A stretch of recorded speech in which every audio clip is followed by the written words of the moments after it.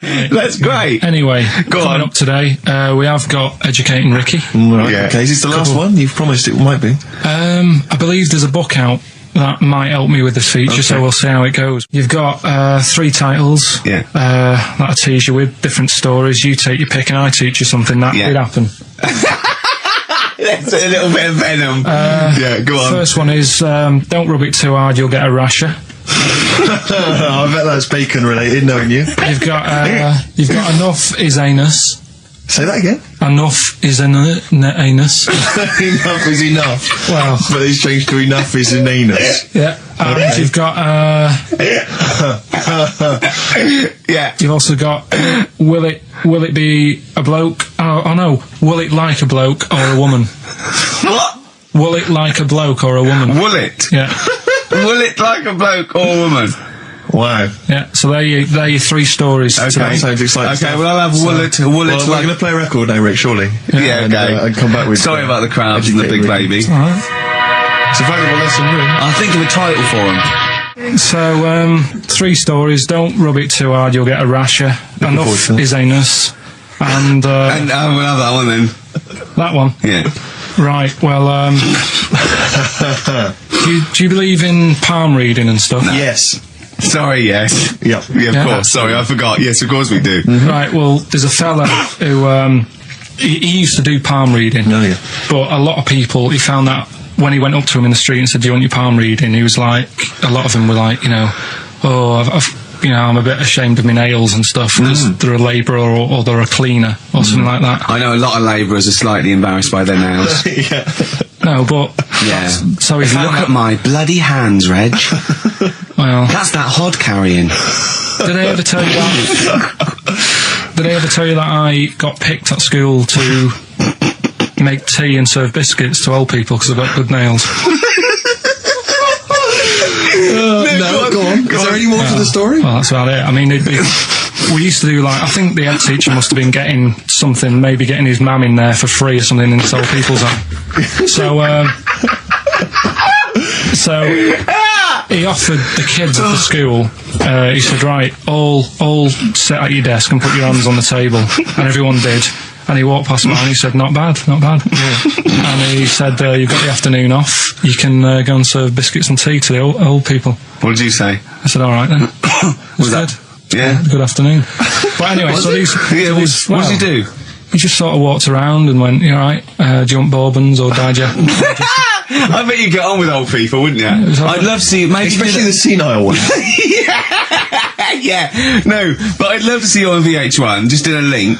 They just go, they've just played Robert Palmer, right? And it comes to you in a little park, and you just sit next to an old lady, go, alright? And you go, yeah, not too bad. You go, what do you think of London? Crap, innit? And she goes, yeah, it's awful, innit? And you just have a talk, and you go, right, well, she doesn't like it, in excess. Yeah. That's what I'd like to see. I still think my idea is better. But so what are you going for then? Oh, you've picked one, haven't you? Yeah, so this fella... So there's palmists going around the streets. Yeah, he's going round and there's a lot- Randomly trying to give palm readings. They're losing money, hand over fist. Yeah. Right. So they said he's what he's done. He's reading people's bottoms now. Sorry, whoa. You just, I didn't quite follow that. He was a palm reader. That wasn't making money. So now he's going up to people in the street and saying, can I see your arse? Basically, yeah. So from being a palmist to an arsonist. Well, they just... That's what he does. He said the same sort of lines and that you get on your hand, you get them on your bottom, and he can read them. Right. Yeah, he's not a pervert or anything, or making up as he goes along.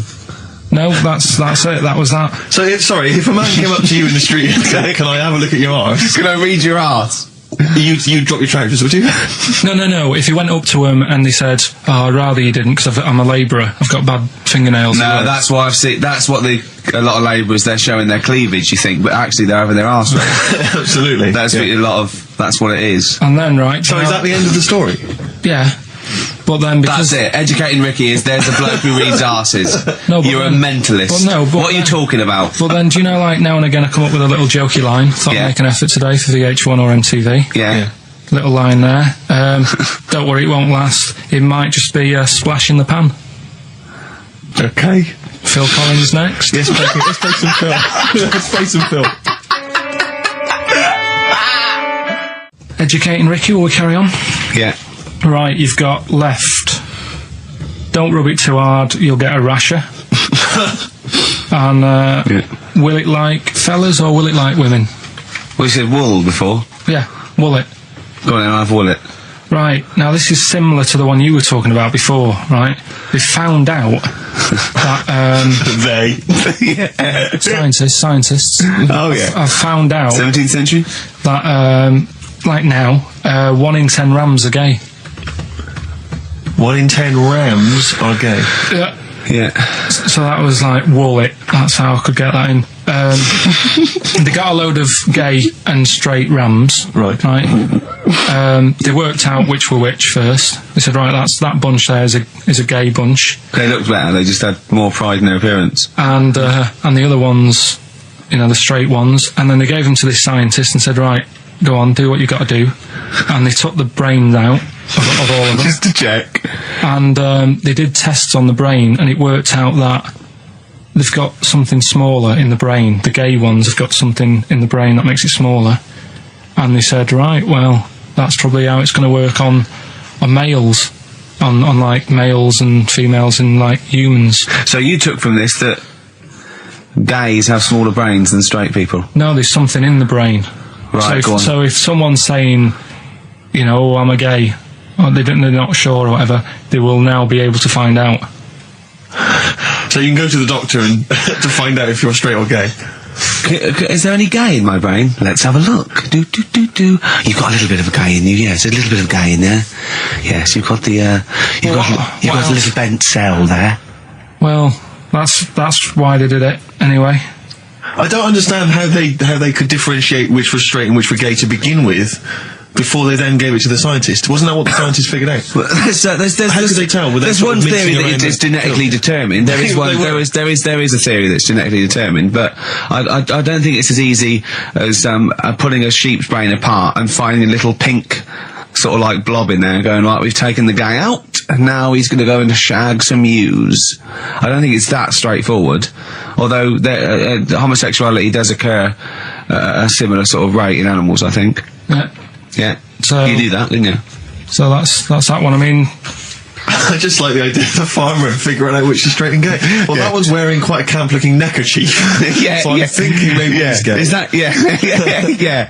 I love the fact they can. That one's a big fan of Sophie Ellis-Bextor. Yeah. They would. They put on ABBA and see which ones dance. Exactly. That's how they. Which one? Yeah. Well, I put on like Barbara Streisand and see which ones sing along. It is rubbish. What did I find out? Did you just say that is rubbish? No, I found out other stuff in the week that didn't make the top 3. Wow. We haven't even had to. This must be mediocre stuff. This must be really bad. Yeah, or it might be dubious. Go on. There's a woman in Ireland who has been with a fella for 11 years. Yeah. She always saying to him, when are we going to get married and that? And he's like, oh, we don't need to. We're happy and that. Do you know, like I am with Suzanne, it's like, there's no point, really. Yeah. Unless you have a kid, I don't think you need to, do you? Right. So, he was like, we'll do it in time and all that. Anyway, he comes home from work one day. He says, oh, go on then, we'll get married. She was so shocked, her hair fell out. Did you get that? Wow. So that's extraordinary. What did he say? Oh, I'm not marrying you, Baldy. Yeah. Well, she was so shocked her hair fell out. Yeah. I love the idea of it just going to the ground. Fell out. Yeah.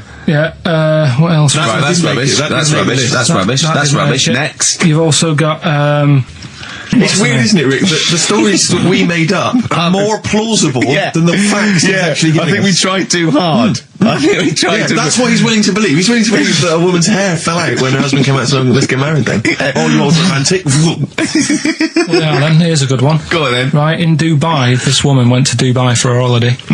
And she was over there, and apparently in the markets Bit by a spider? they sell lizards. Oh, go on. Right, just like for people to buy. So she buys one, not knowing that you're not really meant to take him out of the country. Sure. Puts it in a bag. Yeah. As you do. What have you? And then she gets to the airport when she's going home. She's thinking, I can't really leave it in my bag. Yeah. So she puts it on her head. On her head? Wears it as a hat. She wore the lizard as a hat. Yeah. People on the plane were just like, yeah, everything's fine. You know, they're doing the cross checks and that. Yeah. Have you got your seatbelt on? Yeah. There's a woman there with a lizard hat. Everything's going well. She gets off the plane at Manchester Airport. Lizard sticks its tongue out. Yeah. The air hostess says, "What are you doing with that?" She goes, "I've had it." Lizard said, "I just found her in Dubai." They said, "I've had this with me all journey," and they said, "Well, you shouldn't have done," and they took it off her. Yeah, I think that is true, actually. Yeah. Yeah. So what about that? Yeah, good, yeah. Yeah. That educated me. Right, what, any more? Well, what's that taught you? That's taught you, you know, be careful when smuggling lizards Yeah. back as some kind of hat. Yeah, don't just say, lizard, keep your tongue in, you twat. Not at the customs officer. Yeah. And, what else? have we got? Anyone didn't quite make it? Anything to declare? I've got a lizard on my head. We've got an old saying one, if you want that. Go on then. Are these ones that didn't make the list? These are ones that didn't make it. Oh, right. Because I always get more in than I need to, just in case. Just think if someone's just tuned in now. And I tell you what, actually, Go on. it's a bit funny because I was looking on the web in the week at different sayings, and do you know the saying? A round head does not an MTV presenter make. Yeah, no. What's that saying? Spark in the pan or something? Eh? Flash in the pan? Flash in the pan. Do you know that saying? Yeah. That's a bit like what could happen to me, innit? Do you know what I mean? There I am trying to do my normal job, right? And then you bring me in here on a Saturday. Next thing, everyone's after me. Yeah. And then it doesn't work out, and I'm dropped. Yeah. And that saying "flash in a pan," do you know how it came about? No. Do you know like how years ago they used to dig for gold? Gold. Yeah. Yeah. And they had like a little pan, Yeah. and they'd put the soil in, and they'd rub the soil. Yeah, and it's shone in the sun. Now and again, it shone in the sun, and they get all excited and were like, "Oh, brilliant, some gold!" And then they realised it was just the sun flashing in the pan. Yeah. And that's, do you know what I mean? Yeah, yeah. So again, that's a bit weird. I saw that saying in the week, almost like a little thing saying, "Don't be getting carried away." Omen. So, well, makes you wonder. But anyway. Not really. So, last one. Yeah. Don't rub it too hard, you'll get a rash out. It's been a mess today, hasn't it? What do you mean it's been a mess? It's been a mess. What has? This. What? The show? Yeah. How has it been any worse? It's just all over the place. There's no sort of, it's not tight like it normally is. And she'll be going away with this, thinking that's what the show would be like. She listens on to the show. MTV. She knows it's a shambles every week. Go on. Well, don't rub it too hard, you'll get a rasher. Yeah. Do you know the saying, ham it up? Yeah, go on, yeah. Right, well, do you know what it means? Well, it means to overact. Right. Well, years ago, with actors in musicals and stuff, the actors used to look pretty ill on the stage because they didn't have proper makeup and that. Right. Right. So what they used to do to make themselves look Rub their face in pigs? well, they got bacon, rubbed it on the face, and it made the face a bit sticky because of all the the pig fat and bit of lard and stuff like that. And then they'd go and get some bricks. Bricks. Yeah, house bricks. Rub them together, make some sort of red dust from the brick, and then put the dust on the face. And the fat and the lard and that would make the dust stick to the face. And they'd look well under the lights. And that's where They'd smell great as well. Yeah, well, Lovely. Everyone likes the smell of bacon. no, but so that's the old ham it up. That's where like that that. comes from. If it's true, I've no reason to think that it's not. So that's your third educating Ricky today. So what have you learned? Nothing. Absolutely sod all. You've got your hamming it up. Yeah. Rams are gay. They know which ones are gay now. Now. And At last, thank God. the fella who can hand read an arse. If you missed the rest of the show, what are you going to make of that? If you've just tuned in.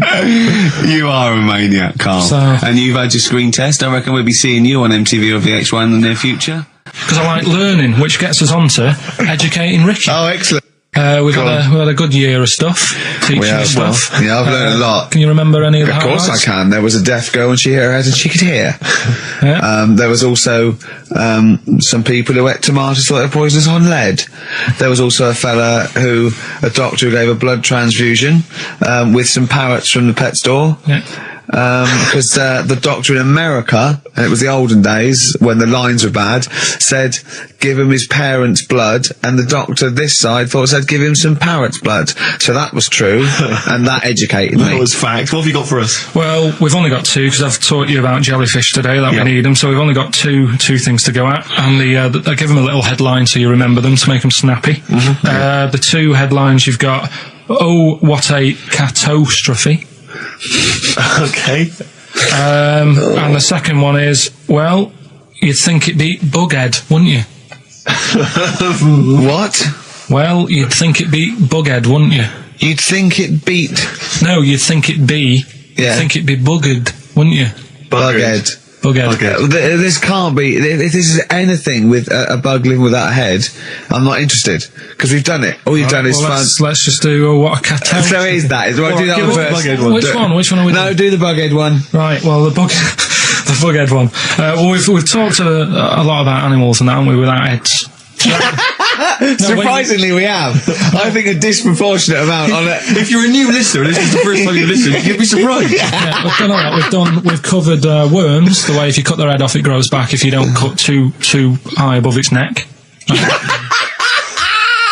We've covered The chicken. the fella who blinked. Yeah. I can't go into it again. Right. Let's not go into it again. We've had the chicken with no head that lived for 8 months. Yeah. And we've had And we've had the cockroaches. cockroaches living for a week without an egg. Right, okay. Well, it's a bit more on the cockroach front, really. Right. They've found, right, that if you get a cockroach and you cut its head off, right, and then you find a cockroach that's still got its head, but it hasn't got any legs, Right.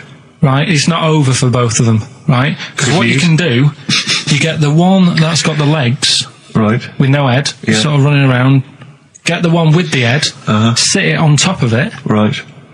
get a little tube Okay. so that the fluids... So is this auntie's go out of the Let room? him finish. This is like Blue Peter. Let him You can get this for Christmas. Right, you get a little tube, you sit that on top so the bodily fluids are still running between the two. Right. The head of the one on the top will control the feet of the one on the bottom. Okay. What about that? Good. And will it continue to live? Yeah. Okay, you don't know that for sure, do you? That was just a question out of the blue he wasn't expecting. Well, what do you think of that? Good, yeah, it's great. Yeah, just a primitive nervous system that can, yeah. Did you expect us to be more impressed and excited by that? Did you fall off your chair when you read that? Did you literally topple off? Going, Did you cartoon? think you were going to be the Frankenstein of the insect world? Yeah. No, I just was thinking if they can do that, you know, With them, can they do it with them, humans? Because I also did a bit of research course on. you did. Did you come to the sort of conclusion that apart from the moral aspect of it, that the human was probably more complicated than? Yeah, but do you know what I mean? Things move on, don't they? Do you know what I mean? Science, Rick. You know, I had Binatone as a kid. Now they've got PlayStation 2, and the difference in 10 years. They is have amazing. found that if you lose your head, a cockroach can live normally on your body, but not the other way around. Your head on it cannot control its legs because it's too complicated It's for too your confusing. brain. So, yeah. Well, then other research, because I thought if you don't learn from that, I'll give you something else for free, right? Go on. Free. That they can clone people. The only reason they don't do it, right? Say if like Ricky needed a lung, right? They could clone you and make you the same. But the only reason they don't want to do it is because it'd be a bit horrible, wouldn't it? So and it would take sort of 18 years for me to get an adult lung. And there's all kinds of moral implications. yeah. Yeah. What do you mean, yeah? You hadn't thought of that? Because lest we forget, Rick, he ended with the only reason they don't do it is because it's a bit horrible and that. Which scientist said that? Right, let's leave That's a that then. quote. Right. That's not it. That's not the other one. That's it. No. That was just, you know. We've got another one to come. Oh, I Teach us can't wait. the headline again. What was the headline The again? headline, oh, what a catastrophe. Looking forward to that. Yeah, a bit more counsel. This is from his covers album. This is called Snowbird. So listen, right? Okay. So, that's educating Ricky of the year. Oh, Christ. What a catastrophe. Yeah, let's do that then. Right. Victoria Plum. There's this woman, right? Yeah. This woman, she's reading Guinness Book of Records. Yeah. And she's flicking through, Yeah. and she notices that there's a world record for a cat, right, with 27 toes. Right. So she reads it and she thinks, well, that's not right, because her cat's got 28. What do you mean a cat's got 28? Her cat's got 28 toes. So she was like, well, hang on a minute, mine should be in there. So there was I missed the very beginning of this. She was Just looking through the Guinness Book of Records. Oh, See, a the woman record. was looking through the Guinness Book of The Records. woman with the cat with 28 toes looking Right. through, and it said the record for the cat's toes was 27. She thought, hold on. Hold on a minute, Ross McWhirter. My cat's got one more than that cat, so go on. Anyway, so she said, the person doing the interview with her said, is it happy? And she said, yeah, it's great, and it's really good in the snow. Right. It gets through a lot of nail varnish. Well, that's what it said, right? It said it's really good in the snow.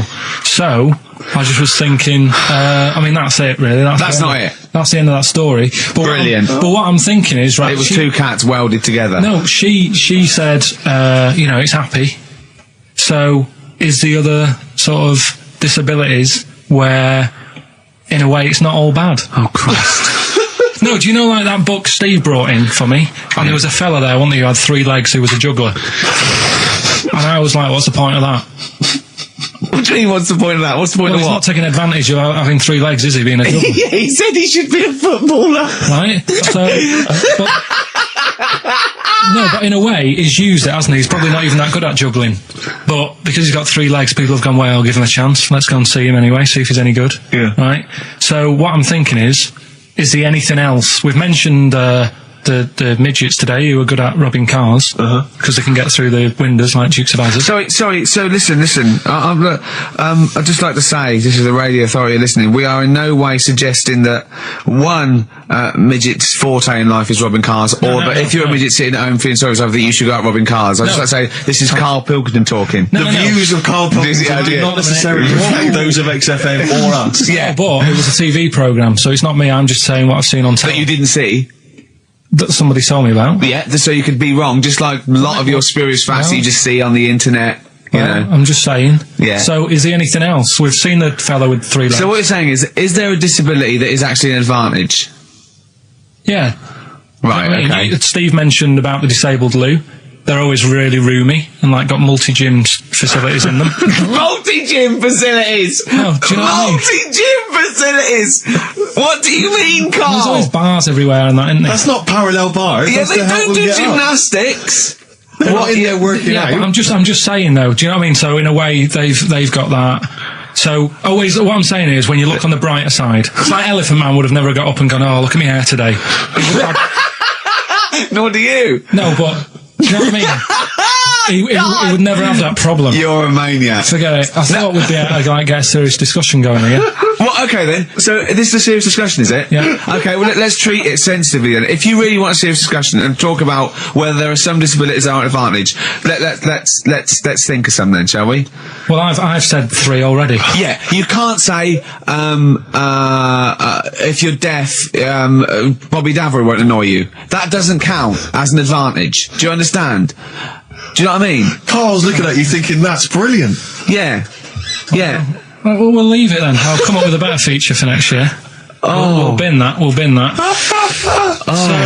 you've got any We've disabilities. been that like that was going to be a feature. What, you were hoping that would be a spin-off feature? Disabilities are actually Well, it's an another advantage. form of do we need them? It's like, But that Carl, think of it. It's like that joke. The bloke that has his weight says good news and bad news. Bad news is we've had to amputate both your legs. What's the good news? The fellow in the next bed wants to buy your slippers. See, that's not an advantage. It's a joke. That doesn't really happen. People don't go, oh, that is good news.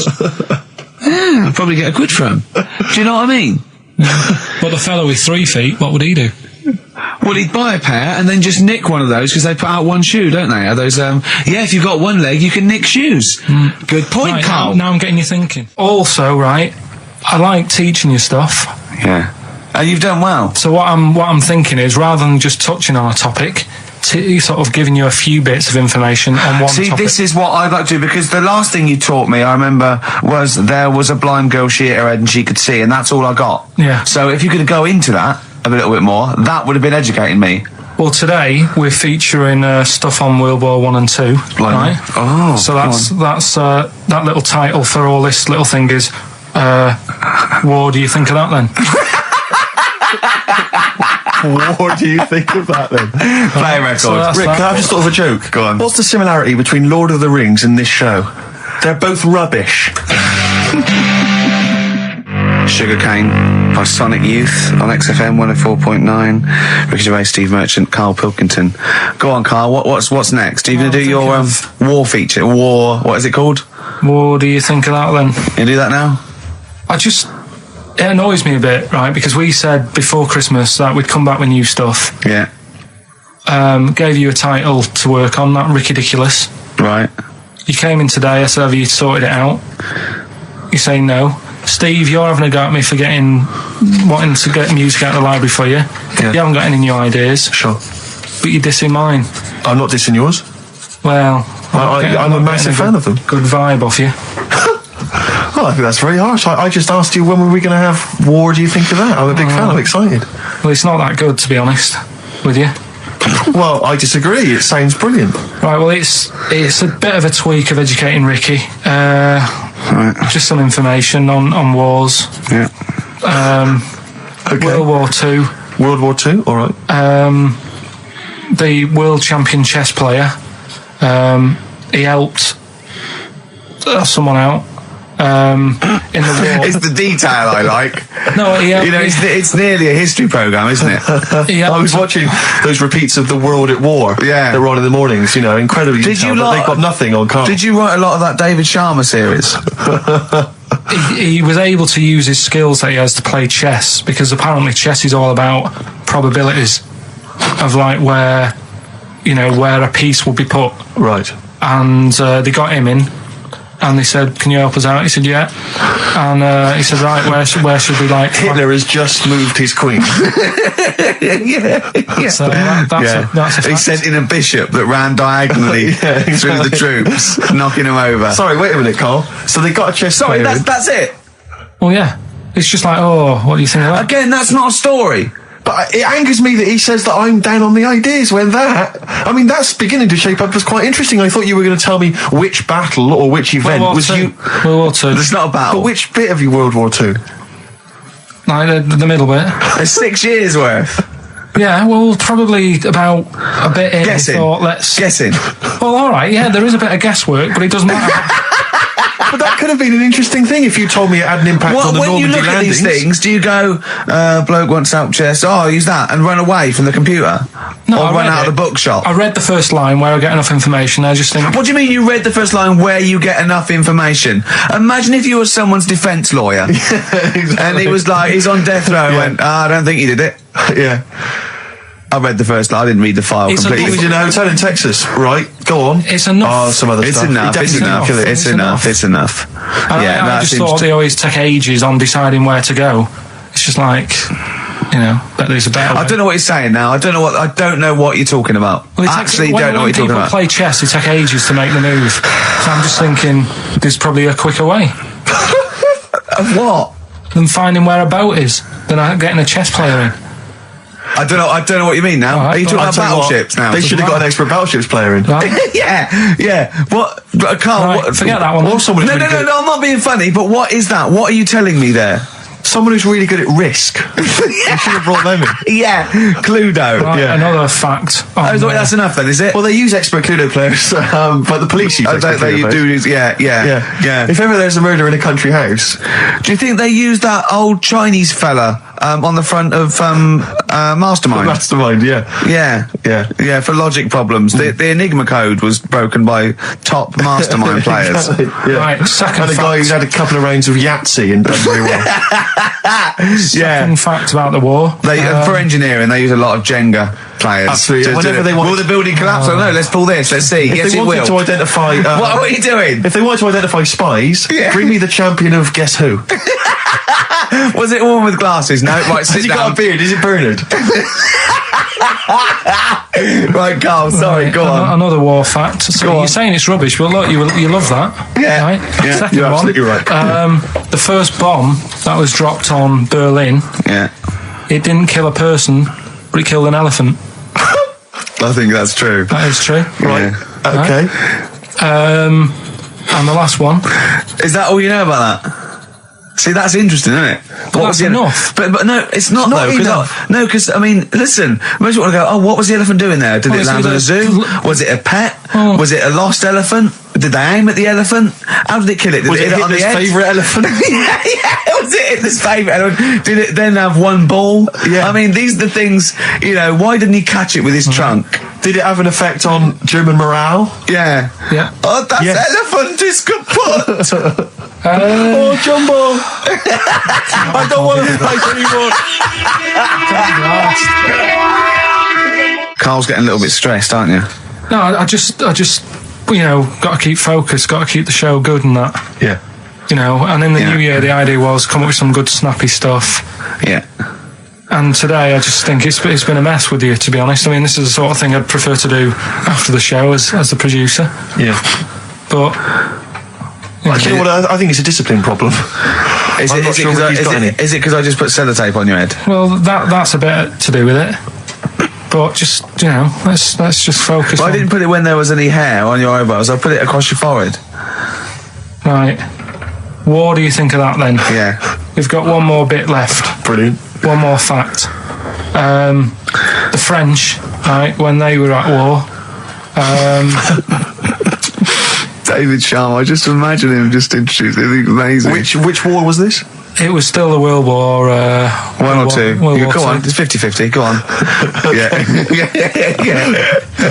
Right, World War Two. What the French did, everyone needs a code. Everyone needs a code. Yep. A code when you're in the army. This is and a that. Disney song. And you know, to sort of give the go ahead if you want to go into battle and stuff. Okay. Right? So, Everyone needs a code. but the weird thing Game is, show. right? The weird thing is, do you know what theirs was? Go on. Do you? Yeah, I know what it is. It's So what a bit was weird. the French code? For what? To sort of say, right, yeah, go on But they had more than one. on this day. But I don't know what day it is. On this right. day. And what, it's like saying, what am I thinking of? What was the battle? What was the... Okay, so all right. What? But look at him, look, he's genuinely confused that I've asked this question. Right. It was No. If you ask me a question, ask me the question correctly. What was the code for battle during what battle? World War Two. No, that's not a battle. That's a war. Yeah, it was in a war. Yeah. I don't know what to do. He confuses people. All right. Okay. What was it, Carl? What was the? Yeah. code? What was are the you French thinking code? of? Right. John's got a moustache. What are you talking My about? lungs are going to burst. That was a code that the French used. You know, like, I mean, I just think it's a bit daft, right? Because you could come up with that by mistake. yeah. Two French blokes talking in the trenches, and they see a major walk past, and they go, "Oh, look, John's got a moustache," and they all go and go, "No, I was just talking. What are you talking about?" Well, the way I don't think that's a good code. I'm not. I you don't know, believe it is the code. No, it is seriously. And what? And It's would just it, like would what it we have talked been, would it have about been it. said in French? Yeah. Okay. Yeah. But Yeah, the weird, yeah. Guess in. Yeah. No, but What? you see, I can't even be bothered What are you saying, Carl? because it's not a very good code. Do you know, like we've talked in the past about, you know, things you don't see, and I said an old man eating a Twix. Yeah. If they use that's safe because no one is ever going to see a man having an old man having a Twix. What do you mean? Well, use that as a code. Don't use a saying, John's got a moustache, that could crop up. It's like the war's kicked off. How did that happen? Well, I said John had a moustache. Oh, Two French blokes would never be saying John's got a moustache. Why would wouldn't they? Because back then they were fashionable. He nearly makes sense, doesn't he? I assume it would have been Jean. Yeah. No, probably John. And how would this code have been I mean, who would have announced I this just to read everyone? it. I read it like that, Steve. That's what was on the internet. This is a code that was used. John's got a Don't be moustache. angry with me. I know, but you're always asking questions. That's because I'm interested in history. Yeah. No, you're genuinely interested in bloke, Carl. We like to know. I'd like to film you secretly. You know, like they do, like Nature Watch, when they put it in a a Badgers sort of thing. What? Right? Yeah. And they just watch it. I'd like to see what you do. Pop around like. I wish I could download the music in your head, because it'd be wah, wah, wah, wah, wah, Yeah. wah, wah, wah, wah, wah, wah, and you see something weird, you go wah, wah, wah, wah, wah. And then you read that and you go wah, and you write it down, and that's what comes out. John's got a moustache. I'd like to see next Christmas. Imagine the French, right, for their battle cry, for their battle code to know it's going ahead, they're going over the top, is you never see an old bloke eating a Twix. Imagine that. Yeah, but all these things are things that I think in my head. Right? Keep them in there. Do you know, like Please. before when I was talking about going out on, Christmas Day, Yeah. having a meal on the way back, seeing a homeless person. Yeah. And then I think, God, that wouldn't be good. I know, TV show. Right?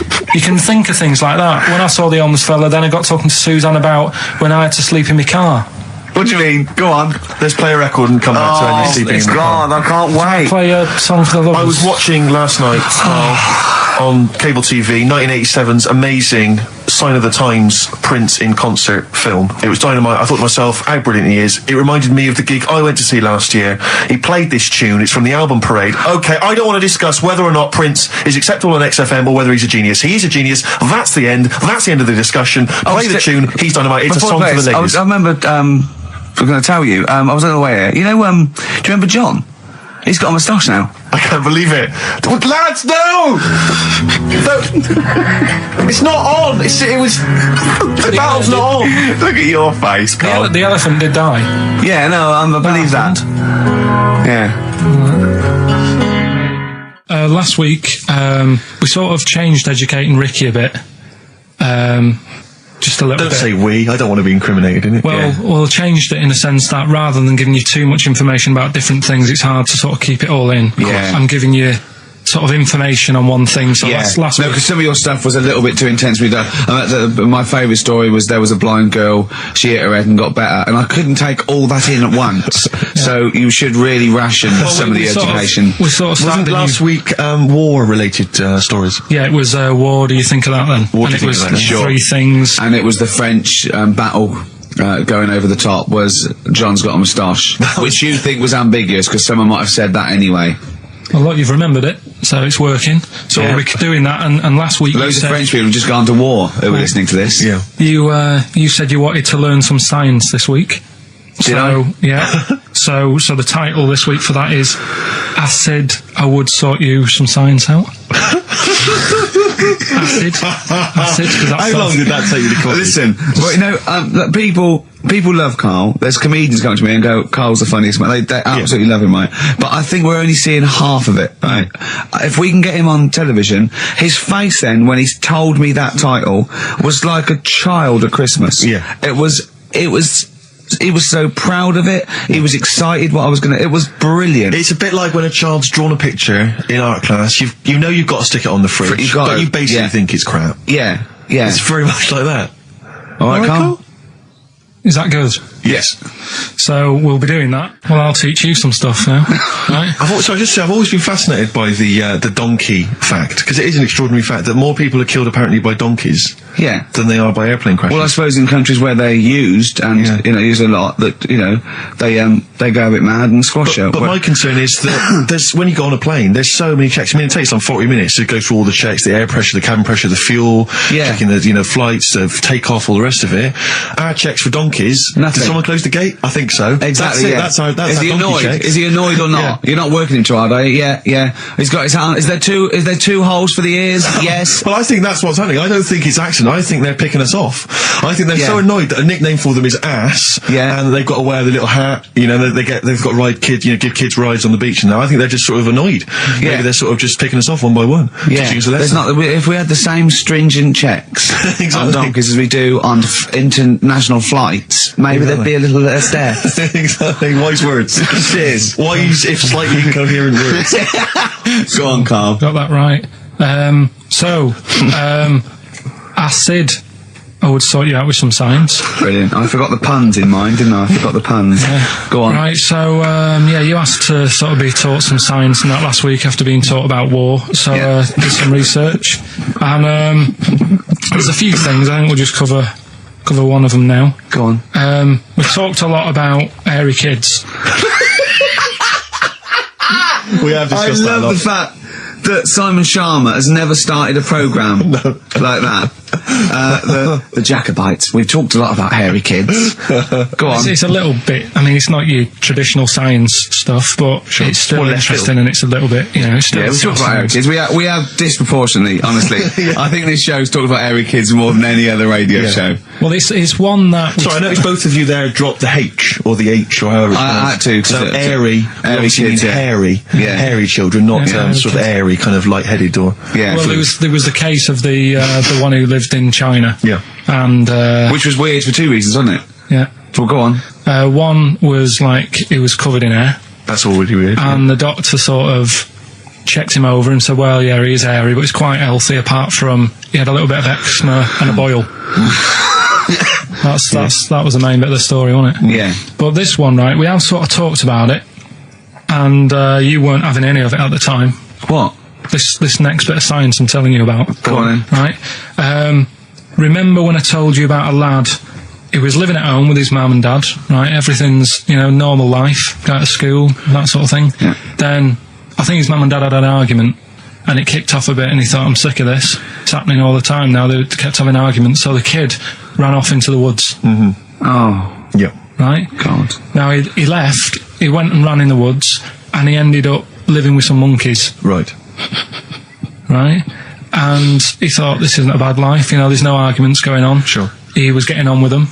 And the weird He loves thing bananas. is, this is where the science bit comes in. Oh, Sure. He grew a load of hair on his body. That's not true. It's not true. It is true. It's an acquired characteristic. I bet someone will back me up on this. But no, you can't. You can't grow hair like that. You might get a little bit more down here. They might, the erectile tissue might, they won't fall out as much. That would, but you don't actually grow a big mane if you're cold and you're a human. Well, he did. This lad did. I know he sounds a bit strange in that, but he was living with the monkeys, and because it was cold, his body reacted to it. Listen. He was no hairier than he would have been if he was walking around naked on a cold day, with or without living with monkeys. The fact that he was living with monkeys makes no difference. No, I know, but I'm trying to get, picture it in your head what he's like. Although Mickey Dolenz was always pretty hairy. Right? So he was living with them, and he went into town or something one day to get some food, and the people there were like, hang on a minute, that isn't a monkey. He went in naked. No, he was there covered in hair. Yeah, but naked, but covered in hair. So it was decent. It was. Yeah. But that was the weird thing. They thought it was a monkey in the shop. And then So presumably he had a big long beard as well, because he couldn't shave, could he? No, he was just covered. He looked like a monkey. And they were happy to serve the monkey, were they? There's a monkey, he's buying a newspaper and some milk. How did he walk, Carl? Did he walk upright or whistling along? The picture that I saw on the internet, he was on all fours, but I don't know if that's when he was running away after they'd sort of, realised he was a kid. But this was a picture. So he was a kid as well. He wasn't even like an adult with the beard. No, he was a kid. Brilliant. And the beard kicked in a little bit. So listen, the people caught him. You're an idiot. The people caught him, shaved him, right? Got it all off, didn't grow back again. Right. You're an idiot. Well, like I say, people will have heard this story or read about it. You're an idiot. And they'll email in, they don't let me down. And they'll agree that you're an idiot. No, they'll have seen the story. You're an idiot. So that's a little bit of science. You're an idiot. Libertines, Time for Heroes and XFM 104.9. Right, okay, so have you got anything that is science as opposed to nonsense? Well, Kid went off with some monkeys, grew hair, came back, shaved him, it didn't grow back. I mean, just think. Right, something else.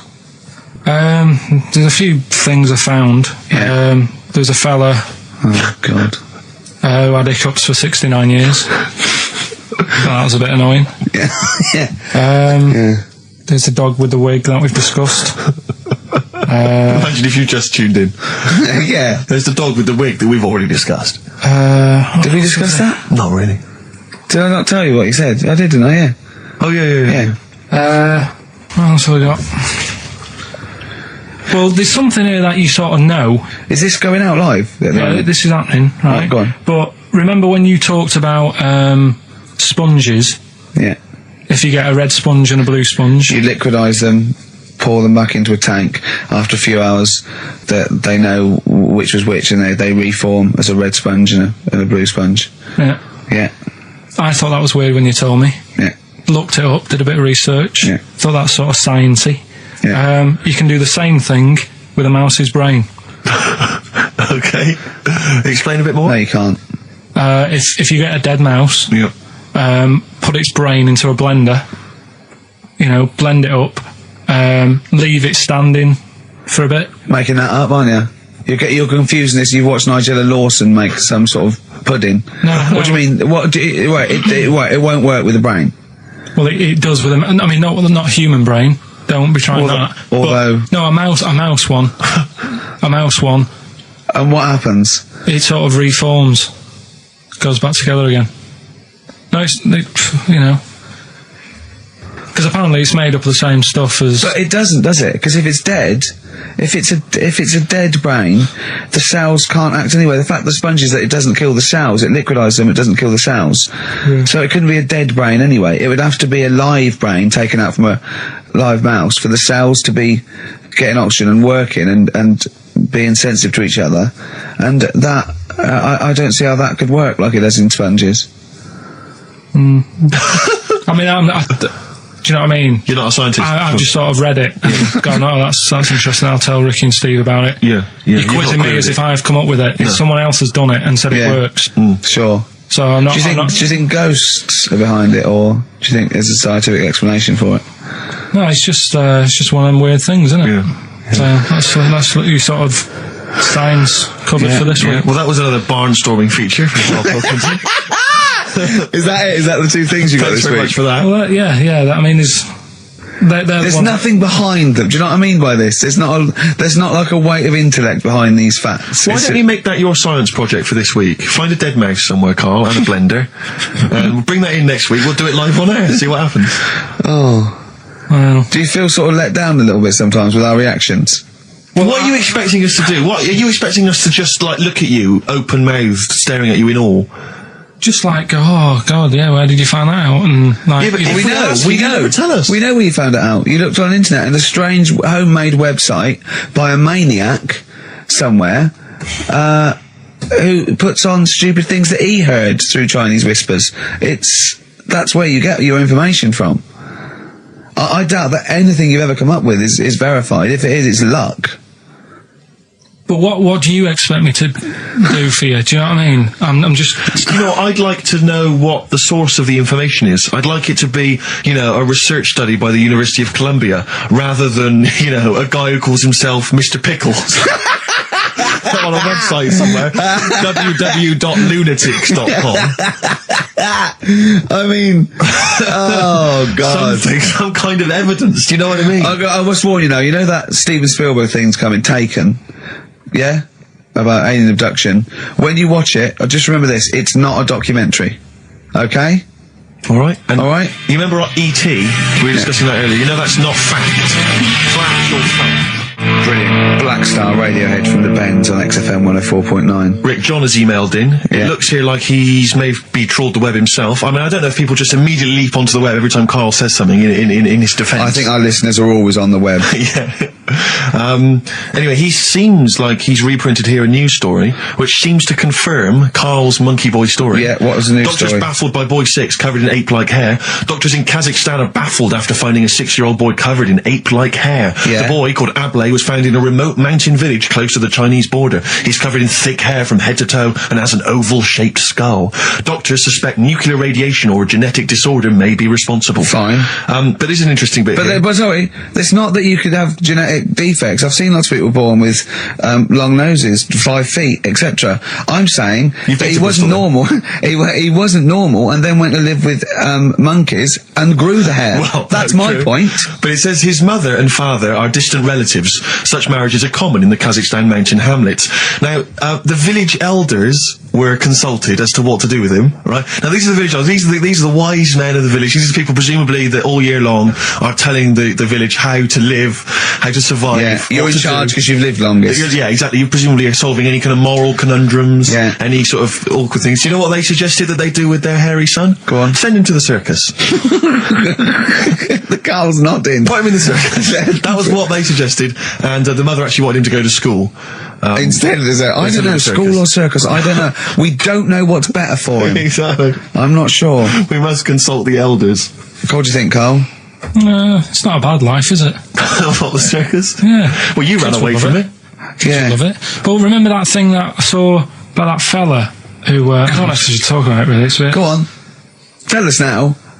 You've hooked me. Come on. You can say it. It's okay. What, are you worried that it might be insulting to someone? Well, it's not nice, but... Well, you're not taking the mickey out of it, you're telling us... Go on. It's just, it was in that book again that you got me. You know, the book full of weird people. Go on. And things that are wrong with them, and hairy people, and... Yeah. Lad with 3 legs and that. There's a fella... basically just a head and a little body on a skateboard. Yeah. Right?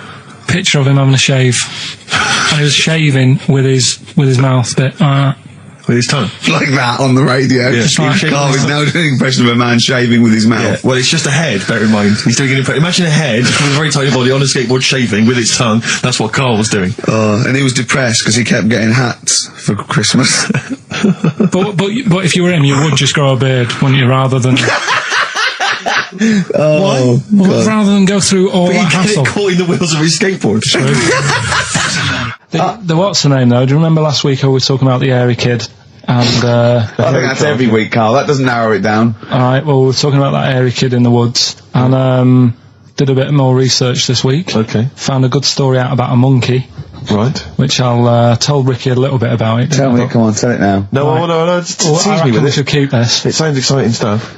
That's got 'em, right? So we'll be doing that. we've So got hook the audience. we've got Rockbusters again this week. Yeah.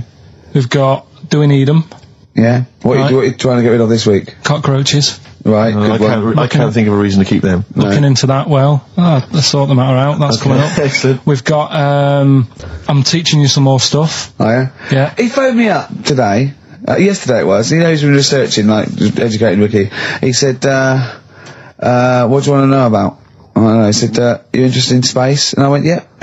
Phoned me 3 hours later. He went, no, nothing about space. I went, what? He said, I couldn't find anything interesting. I said, you couldn't find anything interesting about space. Yeah. It's big. It's pretty interesting, Carl. He went, It's big, but there's nothing there. That's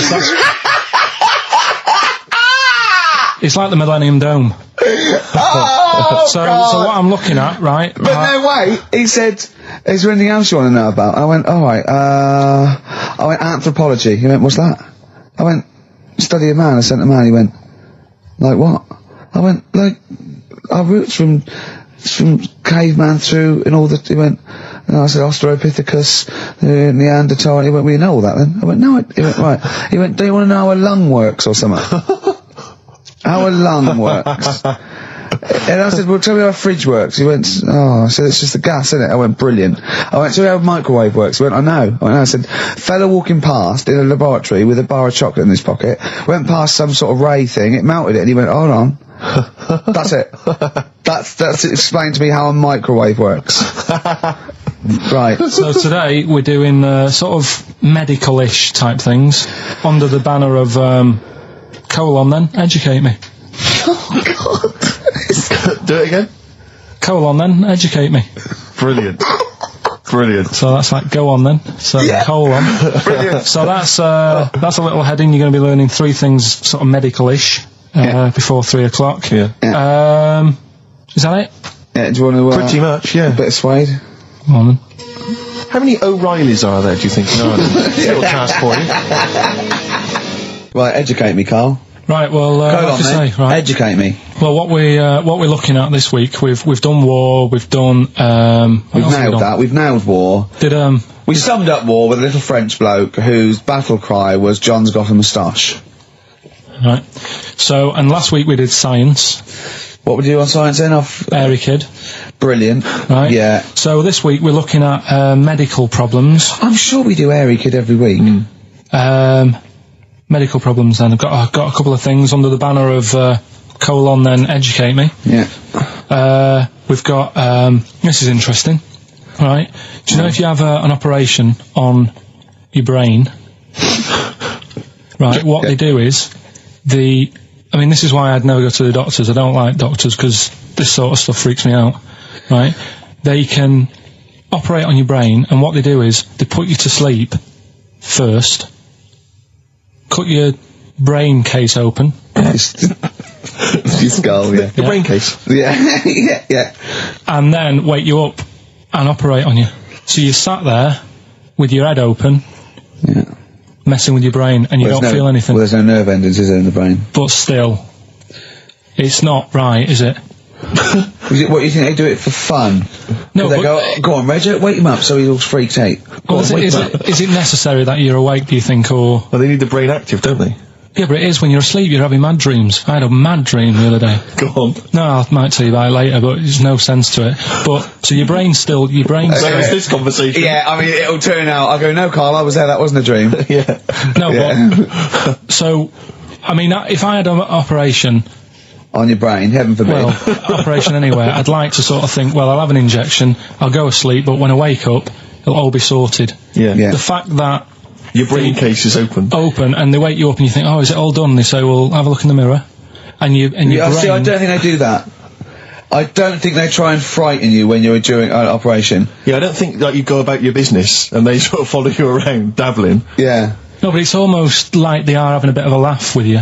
Right, well, I'd just like to say now that they don't. Anyone who's going in for an operation on their head, do not ever listen to anything Carl says. Why have you got to be awake? Because you'll be bored anyway, you'll be sat there. Well, they give you a telephone directory, look, and they say, look how many Macs are in there. That's the Scottish telephone directory. And, time flies when you're counting that sort of thing. No, but do you know, like, when you... What are you telling me? What are you asking me? I'm just saying how weird it is. It's weird, isn't it? It's like, do you know when you go for a haircut, right?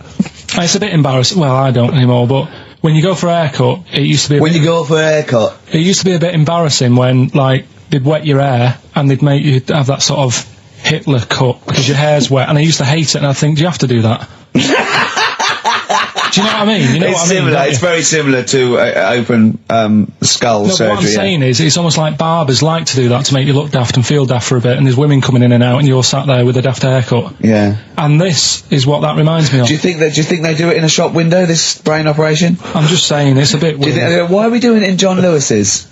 Just so more people I love the idea that that's what doctors are doing. Let's make this guy look a bit stupid. Yeah. Open his brain Look case. at the twatty look with his brain out of his head. Take a Polaroid, Reg. Take a Polaroid. Look at him. Look at his face. Right, clock his face when I give him the mirror. Get this on camera. Put this fake nose and glasses Sorry, did you teach me something then? Was that educational? I thought you that your brain case can be open with your awake, and you just sat there sort of letting them get on with it. Brilliant. I've learned that. I'll never forget that. Right, go on. Anything else? You'll love...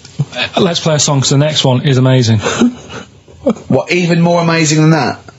Yeah. Play a song? Yeah, bit of Bowie? No email still, by the way. No, I don't think it's working. It's not working today. Lady Stardust. We'll have to do a phone-in for Rockbusters. Off the Ziggy Stardust album. Alright. Karl Pilkington is in the middle of educating me. Colon, then. Educate me. Right, so, I've learnt that you can, fiddle around with your brain when awake. That's brilliant. I've never been a fan of doctors, though, so this was a good one for me to look up, because... Yeah. Did I tell you the time when the doctor said I was going to die? Alright, keep talking.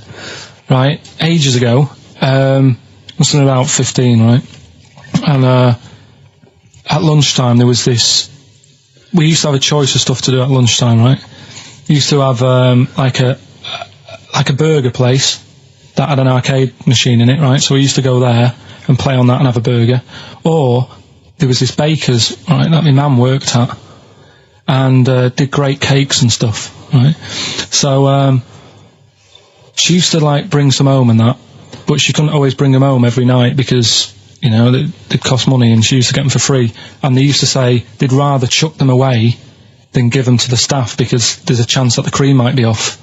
Right. Right, so they used to chuck them round the back. So I used to go round the back with my mate, and eat a load. Brilliant. Scavenger eating out of bins. No, it wasn't out of bins, they were still in trays, but they just stacked them up near the bins, right? So this got out, I mean, it used to be chocker. Once the school found out, everybody used to go there, and it'd be like, well, have a cake. The headmaster fighting the kids off.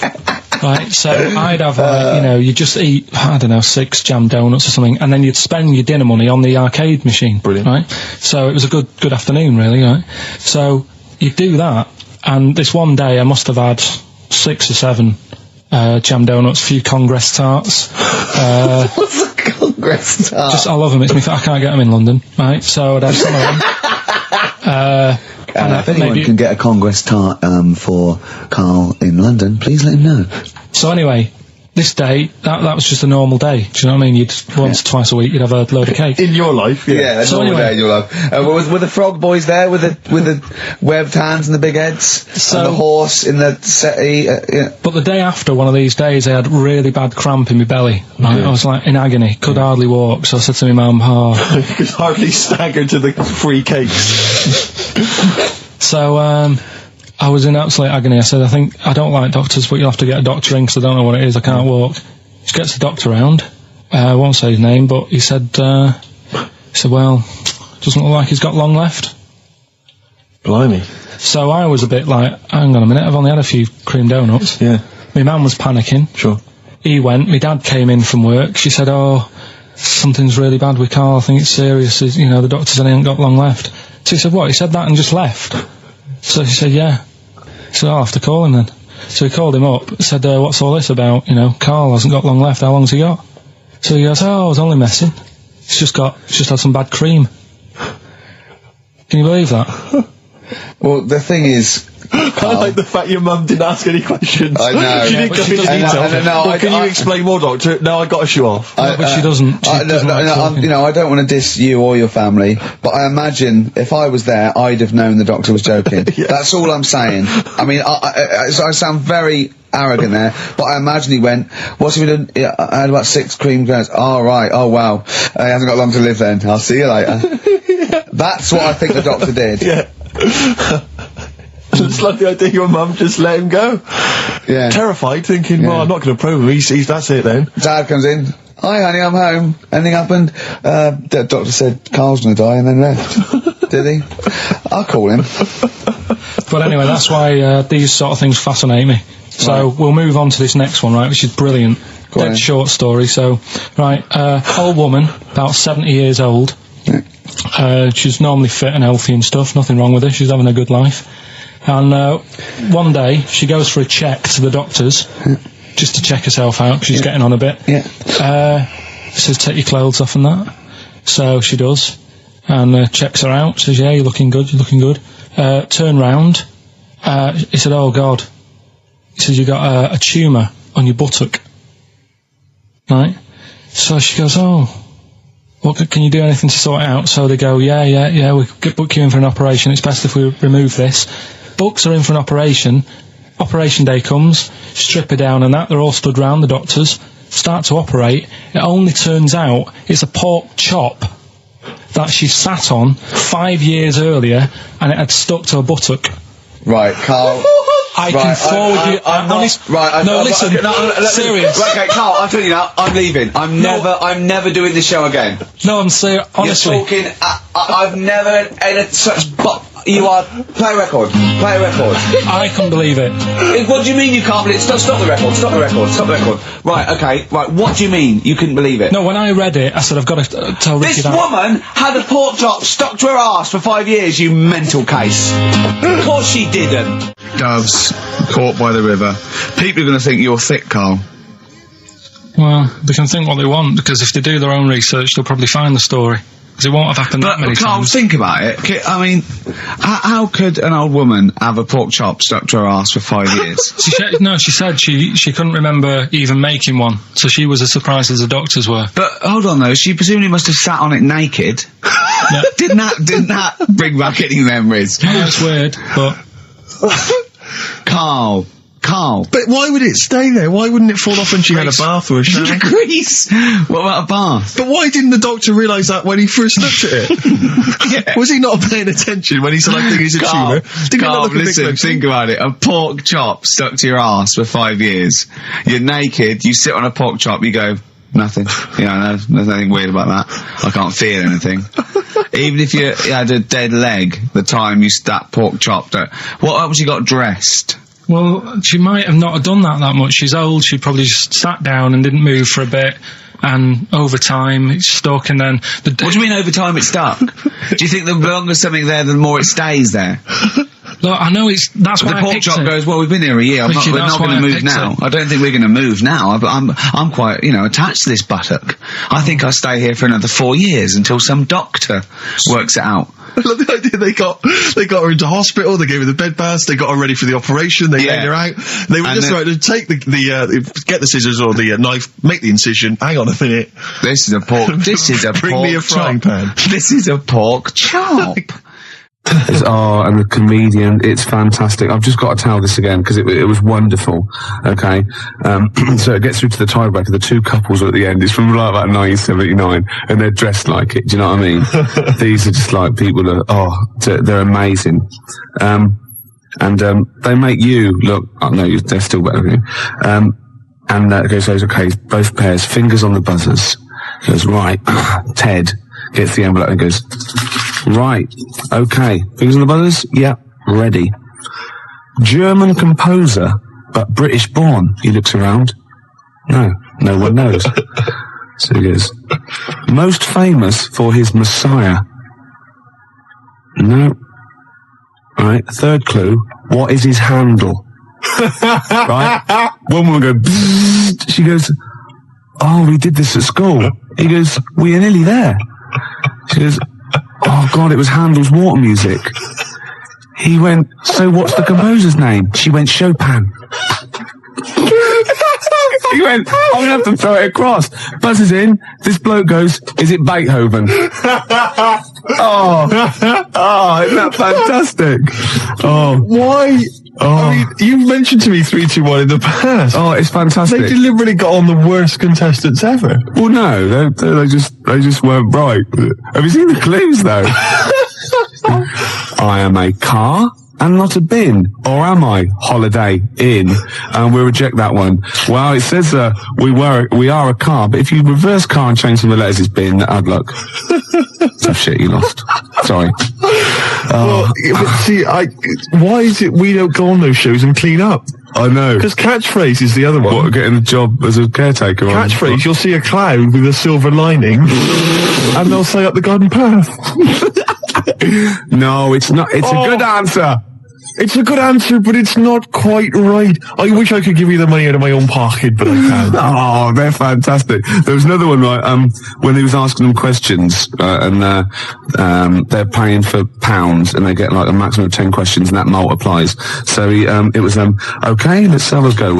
We're looking for, words in the English language beginning with I-N. So, he goes, we'll start with that one. Industrial, going back and forth. Goes, Asian country. Right, this bloke went, Iran. He went, no. He said, I was confused about that one. It is in fact in the Middle East. Forgetting the fact that it started with IR. And he came back about 10 minutes later and went, oh, of course, and also it doesn't start with I, and so the floor must have been Ted, you thick. Look. What do you mean? What do you mean, sympathising with him? Oh. James, what's your favourite, it'll be alright on the night clip? I'm talking about all sort of 58 shows that they must have done. That is difficult. See, I'm wondering if it is that one with Mr. Chips from Catchphrase tossing off. Have you seen that? Yeah, it's great because it's just an error and it makes it look as though he's tossing off. But he's not. I don't know what it is. I bet I don't know what the catchphrase is. 01715 Mr. Chips is coming to dinner. Another bit of him doing his stand-up in America. Oh, God, it's so nauseating. He's got another series, apparently. Does anyone like Lenny Henley? Oh, well, obviously. It's a massive star. Does anyone listening to this show really like Lenny Henley? Yeah. Yeah. Or, is there anyone that annoys me more than Lenny Henry? I should answer that one, shouldn't I? Yeah. Do I win a prize? I think what you want to do there is you want to speak correctly. It's another simple thing, Gervais, which will help you out in your radio career. Oh no, I'm a swerve driver. That's 3 minutes 41. I've got to pick one. 7 minutes the news. Gervais, whoa. Before you move on, can I just tell you, because we talked about celebrities and going to school with celebrities and things. Yeah. I have a very famous second cousin. Really? Yeah, I'm going to tell you who it is in a minute. Really? Yeah. And I've got the best joke in the world. Have you? I should have been trailing that. That'd have kept them on their tender hooks. Why are they sitting on tender hooks? So we've got... What are tender hooks? I think it's tenter hooks. I don't know what they are, but I don't think it's... What? Okay. 0171. Who annoys me more than Lenny Henry? No one. You've won that one. So don't bother phoning him. But who annoys you, the listener, more than Lenny Henry? Yeah. Oh, that's a good one. Clever. Because then it's thrown it to them. Yeah, and it's their simple. opinion. Oh, simple thing. Excellent. I noticed again you didn't bother to give the whole phone number. What did I say? You actually just said 0171. It used to be, as I recall, 0171 580, which is about half of it, but no, just 0171 now. Oh. Gervais, you know last week we started a competition where people had to send in photographs or pictures or anything. Oh, yeah. I would show them to you indiscriminately during the show and see if you would laugh. Yeah. Got the first one here. Yeah. From Michael in Crouch End. Yeah. All right. You liar, that wasn't it. Well, it could have been. You did that. I did that myself. But that's the idea. Yeah. That's the idea. Facts. Can I just say facts? Oh, God. Facts. I'll admit, I drew that one. Right. Wait a minute. And I could never, not only could I not tell them what that was, I could never explain it well enough. No, there's nothing you could do to explain that picture. No. Suffice to say, if you've got a picture that you think can make Gervais laugh, and we will hopefully give a prize to somebody somewhere during the show. It's specifics like that make this show sort of, you know what I mean? The vague promise that there might be a prize. Yeah. Anyway, if you have a picture that you think can make Gervais laugh, 0171 580. Shut up, I'm trying to give the number here. 0171 580. That's enough. 1234. That's the fax number. Yeah, exactly. How are they going to phone in a drawing? It's simple things, Gervais, that let you down. Next up. So I'm there with runny eyes. I'm tired. I'm a little bit drunk. I'm in a white tracksuit with shades on. I had turned into Jimmy Savile. You just become Jimmy. Yeah, and I saw all these kids looking at me thinking, oh... Bless him. They're going, you're all right, where's the toilet? He's done it. Nah. No, dear Jimmy, I am 4 years old and I have a terminal illness. Can you fix it for me to live a long and healthy life? Well, no, but we have arranged it for you to do a duet with Mr. Shaking Stevens. Hooray! I feel sick. This old house, do it, you little I feel sick, mummy. It's the treatment. Anyway. What's behind the green door? A cure? No. No. He's for comas. He's not for terminal illness. He gets people out of comas, doesn't he, Shaking Stevens? Does he? He does. He apparently, loads of kids in the 80s, they're all on there, all these people going, oh yeah, and she was in a coma, and we played Shaking Stevens 24 hours a day, and I'd come out of it if someone turn up! Shit off! I mean, who would you least like to visit you if you were in a coma? Oh, crumbs. Imagine it, right? You're in a coma, yeah? You're in a catatonic... So you've got all your senses. You've got all your senses except sight. You can't do a thing, right? And you've got someone there to come and visit you. You're helpless. You can't move. Just sort of lying you on can't the bed, say anything. helpless. But you can feel... I'll tell you, I wouldn't want to visit me.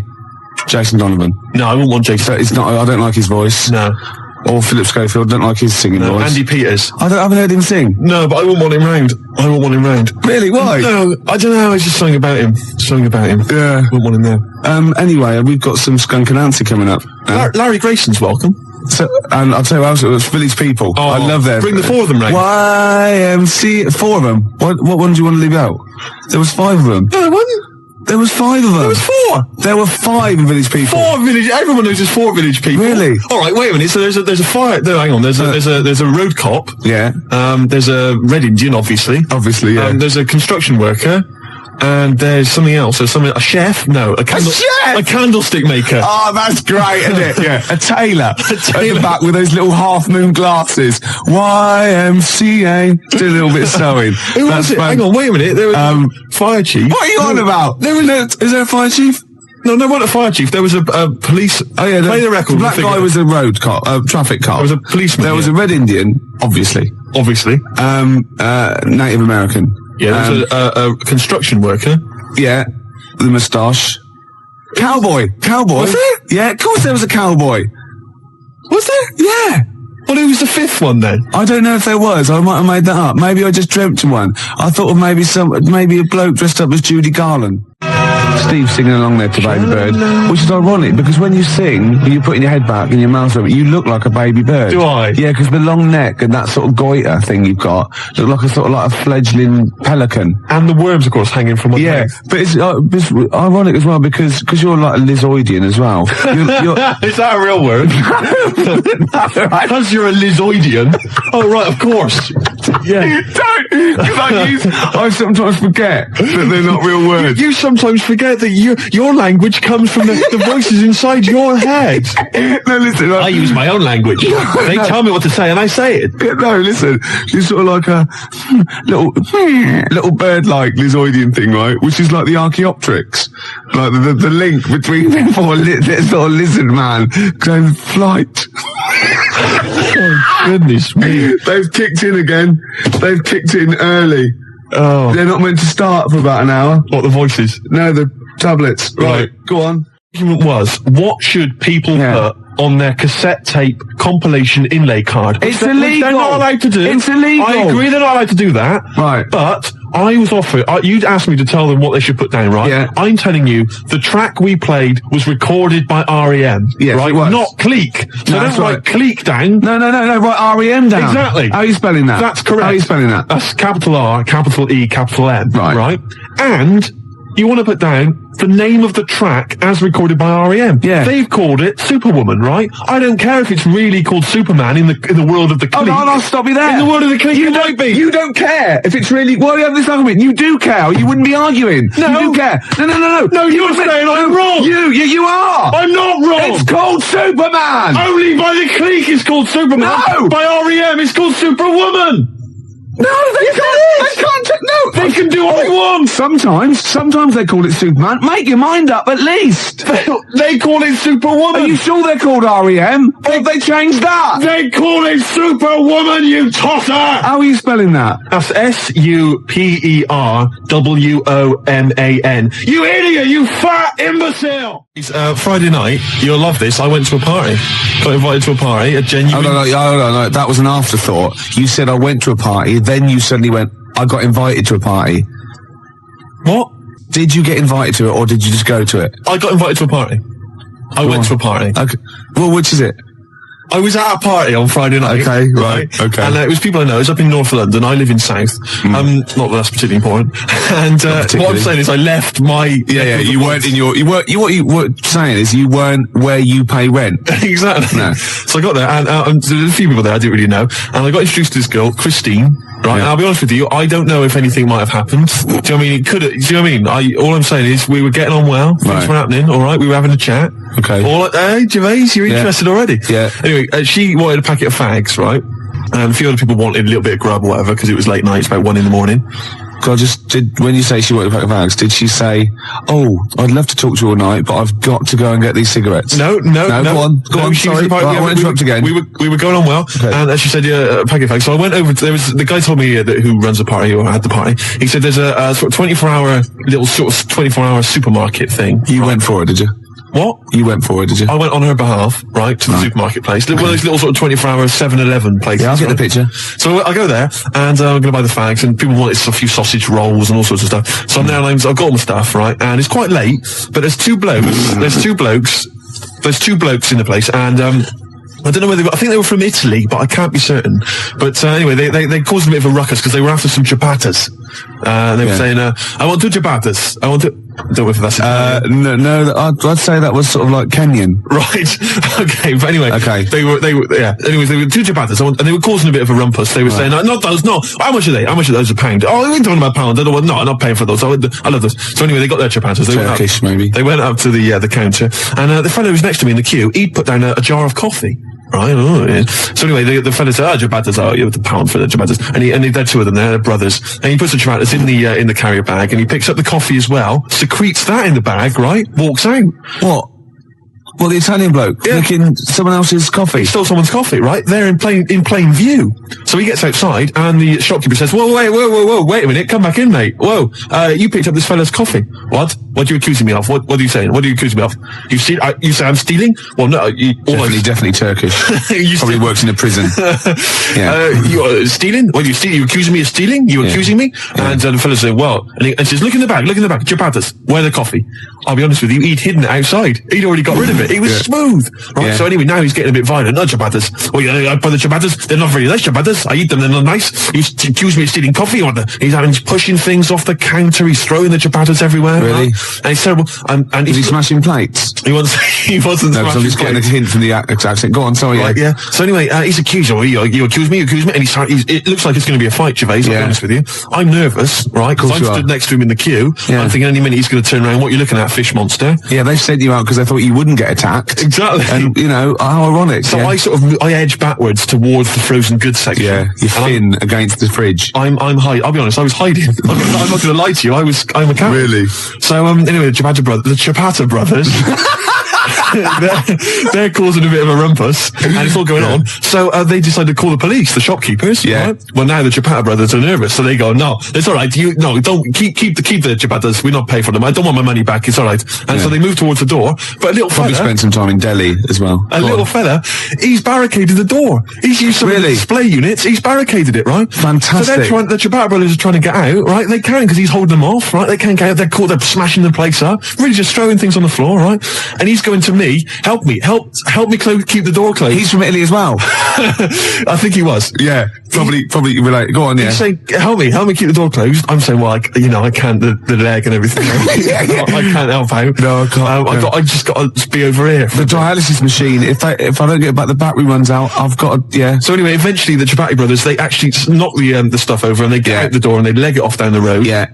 And anyway, it's terrible commotion, the food and stuff everywhere. The shopkeeper's in tears. It's absolutely terrible. Yeah. And everybody left, right? And I said, can I just pay for my goods and these fags and go, please? And he went, no, shop closed, we can't serve you. And I went, listen, I've just been stood here. I almost got in a fight. I want to pay for my goods. Yeah. And he was in tears. I can't. He probably selfish wanted to shut the shop just because he'd been robbed physically and attacked. And then you'd been waiting there patiently, not helping. Exactly. He must have been there for about 10 minutes not helping. Yeah. He should have served you before them, really, before the fight. It was crazy. So anyway, I demanded he serve me. Right? Yeah. I bought everything. Was he crying as he served you? He was crying. I left the shop, got back to the party. Yeah. Christina gone. Because I got caught up in some bloody dog day afternoon scenario. I missed out on a possible. How's your father? Will you say? Well, I missed out on a fag at least. Yeah. And the letdown of her saying face to face no. Yeah. I mean, at least there's a little bit of hope when you get back and go, there's your Benson's. Ooh, do you want a drink? Yeah, there's a little 7-Eleven just the other side. Go across the road, go the other way. I'll be about 10 minutes, love. It didn't happen for me. It will. A game show, right, that I came up with. Yeah. Okay. And it features me, but I think it could be perhaps a vehicle for yourself, Gervais. Yeah. All right. I'm going to tell you, it's called Ricky Gervais Meat Rations. Right. And I like it already. You like it already? Because there's a part in there for me. Yeah. Could I play the Ricky Gervais? Yes. Yes. Fantastic. It was originally called, basically, let me just summarise very briefly. I'm not going to tell you all the games, but it's basically recreating the heady days of the war. Right. Right. That's fantastic. It's beautiful already, isn't it? It's got the nostalgia thing. I've got a game as well. But it was originally going to be called Ricky Gervais Fag Rations. Right. But apparently cigarettes weren't rationed in the war. So it's called Meat Rations now. Excellent. And I'll tell you some great games. My favourite is, what's it called? To be perfectly Anne Frank. It's a great game. It really is a great game where you've got to pretend to be Anne Frank and hide from sort of snooping Nazis. Oh, that is It's a great fantastic. game. And there's also, of course, well, let me go into it. There's also Dig for Granny. Good. Well, I'll dig for victory if you like. And what happens is you're scavenging through rubble, right? Can I just say, and if these you are, these are copyright. Anyone trying to rip me off? I mean, I've got the Penis Puppet Theatre. Yeah. I've got a stake in this, surely. haven't I? certainly. Ricky Gervais Meat Rations. You can have a bit of my Penis Puppet Theatre. That's lovely. Yeah. And I've also got a new game that I'll talk about after yours. It's called Tip the Balance. And it's sort of like a game for 4, and it's like, I'll send it off to Waddington, see what you think. I mean, there's teething problems with Okay. it. Well, listen, Gervais, look, Let's hold play that Don't thought. Fear the Reaper. Let's play that tune. By Blue Oyster and his cult. It's a classic. Yeah. And then we come back and we try and make some money. Let's make some cash. Andrew, there must be some sort of fun with, like, gas masks. Yeah. When you can all put them on and dress up as, like, I don't know, one of the banana splits. Yeah. That's what could that be? Gas. Who snork? Yeah. Yeah. Well, possibly. No, every week there's the real snork. Right. So it's like confessors come on. They put Clever. which one snork? Which one's Snork? Yeah. So you've got three celebrities. Yeah, who's a gas mask and the real snork. That's so great. So you've got someone like Ted Malt's son, he pops one on. You got Frank Bruno, Yeah. and Jilly Cooper. That's it. And they put their mask on and like a little outfit, and then the real snork is there, and you've got to ask them questions. Like you get like Bernie Winters and Henry Cooper going, number three, how long have you been in the banana split? And Jilly Cooper goes, about 6 years. Goes, I don't know. I think the banana split's been going longer than that. No, I don't think it's number 3. What do you think? And Bernie Winters go, number 1. Number 1. How did you get the job being in banana splits? And it's from Ted Malt's son going, I answered an advert in the paper. That's not right. They were born. You know what I mean? And there's Chaz and Dave in the corner just going, na na na na na na na na na na na na na, yeah! Yeah, with the real snorks, and they always, the lights go, right, and the one stands up and he sits back down again, and then the real snork, and the others all take their masks off, and they go, it's lovely, Jilly, what are you doing now? Well, I'm appearing Puss in Boots down in Brighton. Oh, that'd be fantastic. What? Jilly Cooper? I don't know, what does she do? Oh, she's a novelist. She's a novelist. Oh, yeah. Now appearing in Panto. I'm not letting you book the guest. Oh, God. But wait a minute. What? I mean, I love your idea. Yeah. Who snork? Yeah. It's a bit odd, isn't it? How we started off with a kind of wartime nostalgia Yeah, show, we got to. but now we've sort of featured sort of quite bad 70s animal Nothing things. wrong with the banana splits. But I like that. That's a good game. Yeah, okay, that can be like a special feature. So I'm just going to make a note of it because we've got Dig for Victory to be perfectly Anne Frank. Yeah, and who's snork? Who's snork? Yeah. Well, I'm full of ideas. I could probably help you on this. Oh, this is great. Well, what other? Yeah. I'm just trying to, maybe we'll come up with some other ideas as we Yeah, go we've on. still got Tip the Balance to go. But can I just say, I did actually once try and pitch this. When I appeared on Blockbusters. Yeah. Well, I obviously met with a producer there, and I said, I've got an idea for you. Have we talked about this on air? We talked about me on Blockbusters, Have we? but not about my pitching this No, thing. go on. And I said to her, sit down. I said, I've got a great idea. And I tried to bill it with me as the star. She said, who are you? Steve's Meat Rations. She said, why are you in it? I said, I am. Don't worry, I'm the one who can pull it off. Yeah. And she said, right, go on, what is it? And at that time, I had none of the games. All I had was the title, and she went, I like it, yeah, what are the games? I don't know. She said, if you'd have just said, well, stop me there, love, and just popped a gas mask on and said, who am I? she'd have gone, snork. No, it's not. I used to write when I was at school. Oh, yeah. Now, I didn't watch sort of kids' programs when I was growing up. I watched sort of crap adult ones. You know, I mean, ITV on the telly from 12 midday through to like midnight, and I'd watch all the police series, Police Story, Charlie's Angels, Steve Austin, and Teen Knight Rider. Teen Knight Rider, yeah. And I wrote this essay at school once, and I just couldn't stop, and I started serialising it. And every time I just kept writing, I was sort of like, you know, people were reading it at school, and it was about a cop, a New York cop, who was as hard as, you know what I mean? Yeah. And I worked out what his name was. Now, God, this is how television influences me.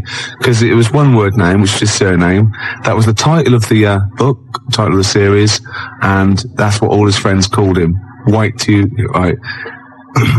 was called Jezuk. Jezuk? Yeah. Jezuk. Yeah, I thought it had a Z and a J.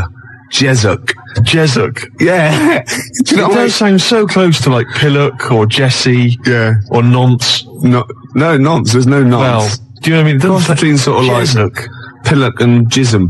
Damn you, Jezuk. Yeah. You're off the case. Give me the badge. Keep the stinking badge. I don't need a badge to be a cop. It was all stuff like that. And he'd burst, yeah.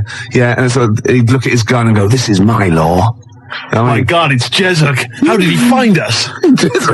Yeah, it was great. There'd be shootouts and everything. Oh, fantastic. Let me just ask, did he have perhaps have a broken marriage? He was hard boiled. He played by his own rules. Didn't he? Yeah. I imagine. Simultaneous with this. He was a bit of a drunkard as well, had a bit of drink. No, he didn't drink, Oh, no. good, He was a good. good looking fella. But he was letting himself go. He was a bit hard bitten. Yeah. Yeah. And the other thing I was sort of simultaneous, which was more of a novel. I wasn't serious. I was actually writing a novel, and I got like 3 exercise books, right? It was about this kid, right? Oh, God. Right? He saw his parents just brutally murdered for no reason by a gang of outlaws, yeah? And he buried his father, and he knelt down on the grave, and he said, looked up, and he goes, "As God is my witness, I will avenge thee." And then he sort of went to the store, and he got loads of bullets, and he practiced, and he was the fastest guy. He was only about 16. Yeah. Right? His name was Jody Barnes. Jody Barnes is alright, yeah. Yeah, good, Imagine, isn't it? that's nice. Yeah.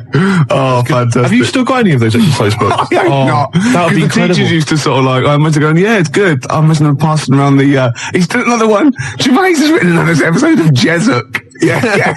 But I say, seriously, if you brought one of those in and read it out, I'd be entranced. Imagine it. Seriously, that'd be great. Do you think The your mum ramblings might... of a twisted 14-year-old brain that only ever watched ITV cop shows. Do you think your mum might still have some copies of Jezuk? No. Was it like sort of, the initial one was like Jezuk, then it was like Jezuk abroad, Jezuk in Paris, Jezuk on safari. Yeah. Here comes Jezuk. My mum... Return of Jezuk. I liked that Jezuk. He's a proper man. Yeah. He's not like you. But Mum, I invented Jezuk. You're a Nazi. You couldn't be like Jezuk. He's in my mind. Return of Jezuk. Here comes Jezuk, son of Jezuk. Oh, it's fantastic. What if Jezuk met Jody Barnes? They'd get on. They'd have no quarrels. They could team up.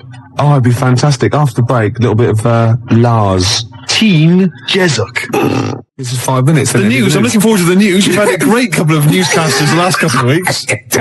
Don't piss him off. Because, Jezuk came in here. Oh my God, he would not stand for He'd it. arrest the engineer. He wouldn't stand for it. He'd soon figure out whose fault it was. Yeah, and he'd Get me Jezuk. They'd be down the precinct, wouldn't they? Asking a few questions. Jezuk, you're off the case. I don't need a stinking badge. I bet Jezuk plays by his own rules, doesn't he? Of course he does, but they take his gun, his official gun, not the one on his ankle, though. Oh, he's got a little ankle gun. Of course he has. I didn't expect that from Jezuk. Yeah, he has to. So. Is Jezuk one of those NYPD cops who doesn't have a first name? Yeah, I'm thinking him now. I think he might be a little bit Latino, maybe. Really? Hispanic. I don't know. Hispanic. Yeah, NYPD cop. Jezuk. the Hispanic cop. Czechoslovakian Hispanic. Yeah. Yeah, Jezuk. Get me Jezuk. Yeah, It's like- Emilio Jezuk. Emilio Jezuk. That'd be fantastic. So what's the name of the show itself? Is it named after It's him? called Jezuk. It's called Place Him Of Jezuk. course it is. It's called Jezuk, yeah. And he's an NYPD cop. When is he going to marry that girl? Oh, come on. Make her an honest woman. An honest woman, for goodness She's sake. cooked to you again. Jezuk. Christ's sake, Jezuk. God. But you see, he's hard-boiled, Gervais. He's already had 2 failed marriages. I know. And I'll tell you what it is. It was because of the fact that he was a cop. Because you bring that stuff home with you. Yeah. All right? You can't just leave that at the office, Gervais. I'm worried about his kid, 16. Really? Yeah, Is he he's going on- off the rails a bit? He's on smack. Is it? I don't believe it. I don't believe He it. could have been a great cop. He could have been a football player as well. Well, of course he was, because he was great in college. He was great in college, And now he's hanging out with the wrong people because Yeah. Jezuk can't give him enough attention. I know. And of course, Jezuk's ex-wife, of course, is dead, so he's got to raise the she? kid on his own. Is she? Oh yeah, Is she? Well, she got. Oh no, what's she die of? His first wife, the marriage broke up because he was heavy drinking. Oh, God, yeah. And the fact that he was a cop. Yeah, but that's because of the things he has to go through every day of his life. I know. Listen, you're facing smackheads coming at you, cloaked on crack, right? Oozes. Oozes, right? You got to let your hair down in the bar. He killed a young kid. I know he did. Twice. Yeah. His first wife, Yeah. I think what happened there, Gervais, as far as I'm aware, is that they got divorced. Yeah. But really, they still love each other, don't they? Let's be honest. Yeah. She's the only one really that stands by it. Well, Jessup says, well, I can love two people. Yeah. And he has done. Yeah. Well, I had to cut those scenes out. And his second wife, she's dead, isn't she? She got killed, didn't she? Yeah. You know why? Why? He hesitated after he'd killed the young smackhead boy that was coming at him. Had a grenade. I don't believe it. Yeah, a little grenade, yeah. And his second wife got caught in the crossfire. And he thought, he shot him, and that's why he never hesitates again. He just goes in blasting. Sometimes he shuts his eyes. He just goes in blasting. Yeah. What would be the opening credit sequence for Jessup? What would happen? Would it be Rockford Files style, where he's in the supermarket, buying food and all the sort of it? I think he'd be, no, I think it would be like split screen. I want he'd be turning round in like a mall, like firing. On the other one, he'd be dropping the toast and his wife would be ruffling his hair in the morning. And he'd be going, and he'd sort of like be getting crumbs off it. Well, it wouldn't be his wife. It would be a lovely lady he'd probably picked up the night before. No. Remember that? He doesn't do that. No, he does. He does not. He doesn't. He's estranged from his wife, and his second wife's dead. You idiot. Yeah, but we established he's got a new one. That He hasn't got a new wife. Not a new wife. He's got a new bird, hasn't he? Well, yeah, you said wife. Well, he's faithful to her though. He doesn't go and pick up fluses. What? He doesn't go around with dirty girls. I always remember from the beginning of Quincy, where he's there and he's doing exactly that, sort of running and jumping over things. And then you see him and you think he's examining a body because that is what he does. And he's kissing someone. No, it pulls out and he's given a woman in a sunbathing outfit, just giving her a massage. A sunbathing outfit. I don't know what the Where's Steve lived to that? I did see in yonder a sunbathing outfit for sure. There was flesh bits in the middle, and the rest were polka dot. Wait, a sunbathing outfit. Sunbathing outfit. That's great. Birthday suit. There was a girl in the Altogether. The Altogether. Oh, God. Oh, that's fantastic. Yeah. What's wrong with that? I will pop this rubber thing on, and for sure, I am in a sexual intercourse outfit. Sunbathing outfit. I can't believe I've embarrassed myself with my use of language when it's invariably yourself, Gervais. I know, yeah. Oh, dear. Oh, yeah. We usually have a few beers and we get throughout the show and I get steadily drunk, which is unprofessional. This saves me a bit of time turned up pissed. You turned up drunk today? Yeah, so I don't have to... I'll tell you what... I'll be honest with you, Gervais. Normally, if someone gets drunk, their speech begins to slur. Yeah. They talk rubbish. Yeah. No difference. No, that's the beauty of it. Yeah. That's the beauty of being me. Yeah, exactly. How drunk are you? I had a little bit of wine. Did you? Couple of glasses? It's a lovely... I might get a little bit melancholy. What about the little baby kangaroos have to crawl all at their mums?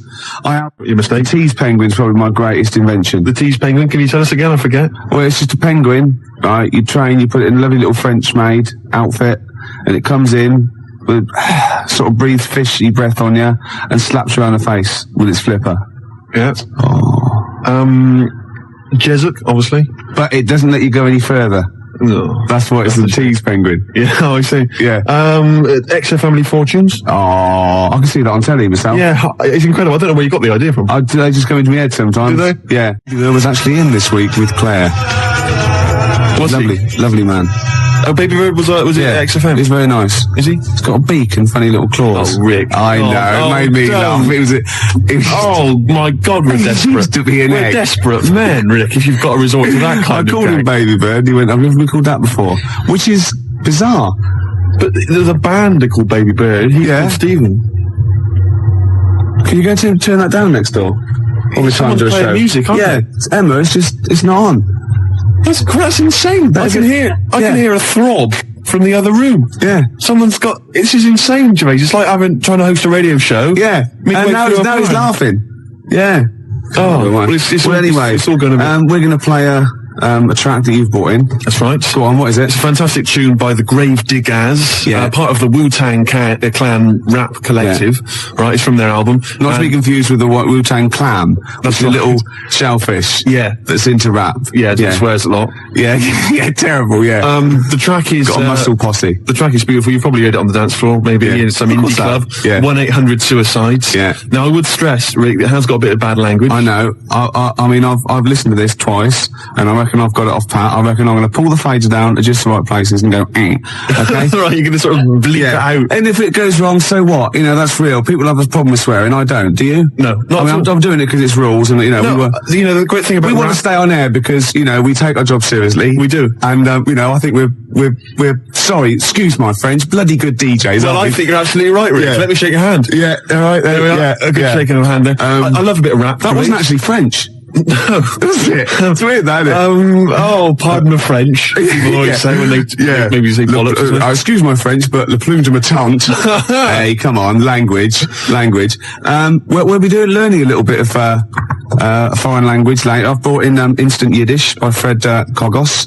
I've always wanted to learn Yiddish. Really? Yeah. Narishnek, foolishness.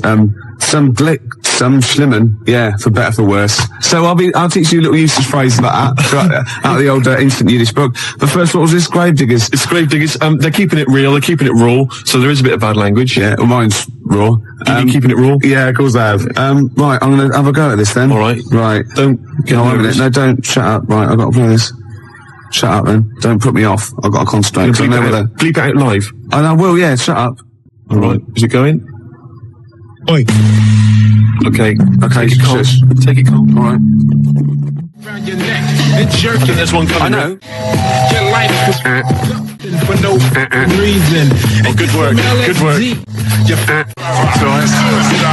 doing okay, but you're not out of the woods yet. This is too stressful. Oh, you're doing well. I don't think there's any more. I don't think there's any more. No, just play it. Okay.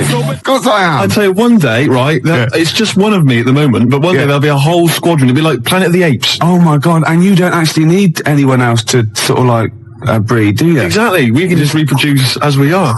It'll be like Planet of the Apes, right? There'll be sort of a Charlton Heston figure. They're the squids. It'll crash land. Get your damn dirty tentacle off me. It'll crash land. Yeah, exactly. And there'll just be loads of me crawling around, all identical, chasing on horseback. And they see like Bristol Temple meet, and they go, "Oh my God, they blew it up!" Yeah. He's back in Bristol with all your... Oh, no. Incredible. There must be an organisation of volunteers or something who, if it's like touch and go, if it's really serious, if you're like clinically depressed about it and you really can't get a woman, they don't want just people turning up who can get girls and saying, "Oh, I fancy," But in your case, they'll speak to you, they'll see you, and I think, there must be some sort of national health thing or private where you can actually sleep with, I don't know, a voluntary worker. You know what I mean? So? Well, yeah, there's people that... Yeah, I know, but there's people that, I don't know, volunteer for geriatric duty, and they're exploding all over the place, and they're covered in the stuff, right? There's people that work on leper colonies, right, for nothing. There must be someone who will sleep with you out of sympathy.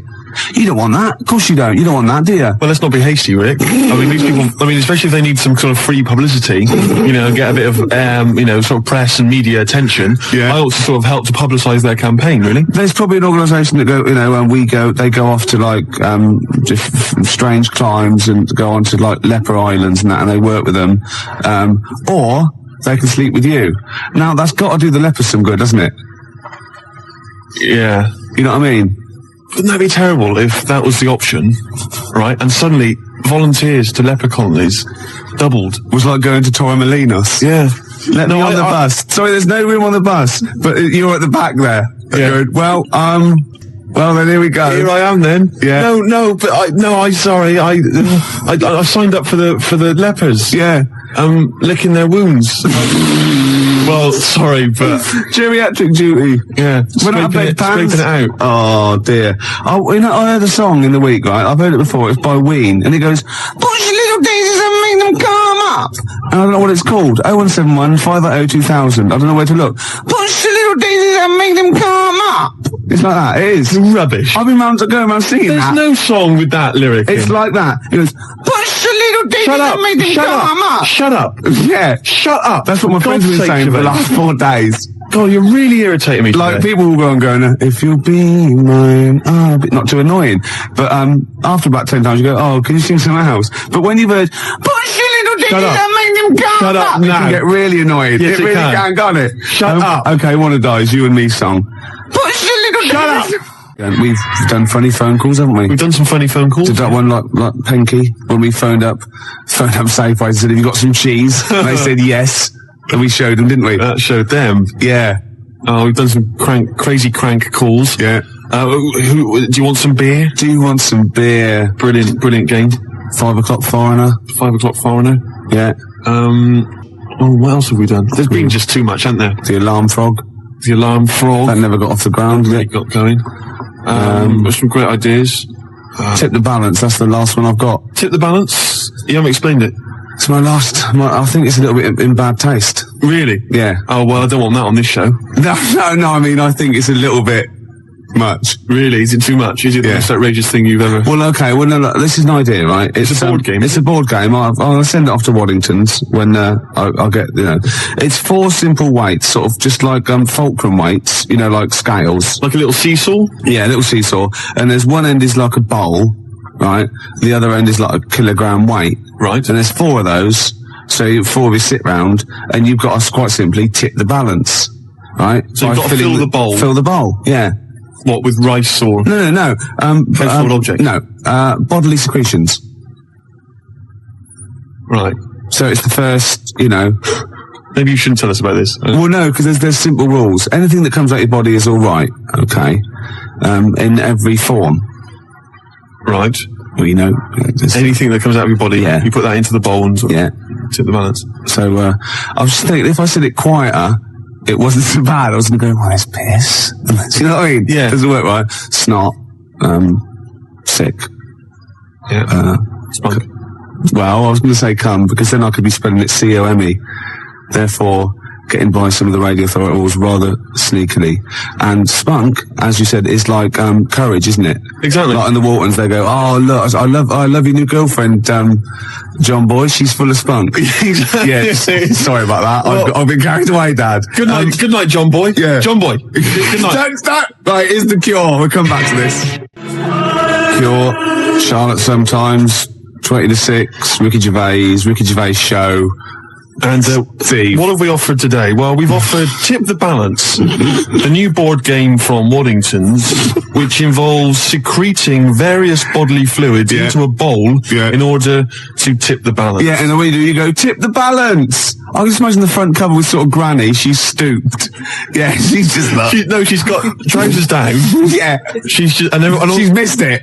She's missed it completely. They're all laughing. And the family are there behind her. They're clapping and cheering. The mother just laughing, doing a dustman's blow. Yeah. Right. And the 14-year-old boy, he's got... Right, okay. Well, he's enjoying it the most, let's be honest. But what about if you know that bingo is the most popular evening pastime in the country, and there are these huge bingo palaces. Yeah, that's because with they haven't thousands of seats. Yeah. Imagine if they were all playing Tip the Balance. Very great. The smell. Oh, it'd be incredible. God, that'd be fantastic. That'd be great. You could have winner stays on. Yeah, because you'd have a disadvantage then, wouldn't you? Well, I'm just. I imagine in Japan they've already got a TV show like that. I'd imagine a kilogram's a lot though to get rid of. Yeah, you've got to have a lot of sputum. I know everything. Yeah, but I think it's a great idea. Could you give birth into the bowl? Yeah, well, no. Well, you could, but anything you put in there, you lose. So you'd have to be willing to, like you can't. You could bleed into it and amputate into it, but you can't have it back. Like you couldn't put a false limb in, right? Because you bleed it there, because that, so that's sort of cheating. Yeah. But there is a thing called the fish card, where if you're all out of it, right, you're strained out, you've vomited, you've snotted, and that's it, right? And everyone's got 0.8 kilograms in theirs. You can go fish card, right? And you can take someone else's bowl and pour it into yours, but you got to pour it via your mouth. Right. So you take a big glug of that, and you do it, and you win. You thought this through, haven't you? Yeah. You've played this, haven't you? No, I haven't played it. I haven't got the equipment. Right. Jeff Buckley, everybody here wants you. Wow. Nearly end of the show with it, isn't it? I can't even be bothered to criticise you. It's not worth it, is it? Use this language anymore. I know, yeah. So late in the day. I mean, you're not going to master it at the age of 45, however old you are. I mentioned, I guess we could call it Freak Show or something like that. Yeah. Where celebrities with deformities come on. That was Nigel's from Tottenham. Nigel in Tottenham came up with the idea. The most deformed. What would you put forward as your most deformed bit? Well, luckily, sucking my most deformed bit would be curiously enjoyable for me. Anyway, I asked for a few more celebrities who've got deformities, and various people have called in. Jez in East Barnet mentioned John Thor, who, of course... So with him? Well, John's left leg, I think, is shorter than his right. He always sort of hobbles a bit as he walks. You have to suck the whole of the left leg? Yeah. Right. So that's... Say that again, Lewis. Well, I was just saying, like the fat bird in the opera. Yes, I know it is now. What? Because I said, no, nothing to do with it. I just saw him do it. I just forgot and I was pissed. Yeah, go on. Paul Daniels, apparently one arm is shorter than the other. Can I just say, the head? True enough. Yeah, Debbie McGee could come on and just bring Paul as her deformed under her arm. Object, yeah. That's from Tony Namersham. We've also had Ian Jury. Yeah. Someone's mentioned that. Says that Ian Jury... His left side. Yeah. Really? Did he have a stroke or something? Polio, wasn't it? Yeah. So his left side. And Anthea Turner, apparently she lost the middle 3 of her toes or something in a sort of horrible accident. I don't know if that's true. Anyway, yeah, Anthea Turner would be great. Just get her on anyway. She lost... Oh, what? Well, I don't think it can be true, to be honest. It says that she's only got 2 toes on one of her feet because she lost the other 3 in a fly-now accident. Oh my God. But I don't know if that's true. So it's when you used to go to school and say had a fight with the lawnmower. Yeah, she did. Yeah. No, I meant your hair, love. No, look at me toes. Oh. Yeah. Exactly. So, so celebrities... What would you suck? Would you suck the gap, or would you suck the toes that flew off in the garden? I really haven't thought about it. Why not? I haven't really given it much thought, to be honest. That's what we were, Steve, just satellites. Just satellites orbiting around the mighty space station of XFM. I don't know what I'm talking about. No, I didn't think that you could carry that much further. No. Still, that's the end, no more cheap knob gags on a Sunday afternoon. No more sort of swearing. Smart on the radio, breaking every radio authority that there ever was. Yeah. Good times, eh? We've had a few laughs, few tears. The Flaming Lips. Yoshimi battles the Pink Robots on XFM 104.9. I'm Ricky Gervais. With me is Steve Merchant and Karl Pilkington. Good morning. I'm going to be honest. I'm going to own up straight away. I've done very little work towards this show this week. A little bit busy. You surprised me. Yeah. So I apologise if it sounds a bit sort of... Thanks for being honest, though. Well, no, I don't. I don't want people to go, oh no, that was a bit shoddy this week. I hope it's not going to be that every week. Yeah. So it is because I've done very little preparation. Okay. So right. Whereas normally you'll probably have to help me out. All right. You have to do some of the work. Carl, you might have to help us out a little bit as well. I don't know. I know Steve's done nothing towards it either.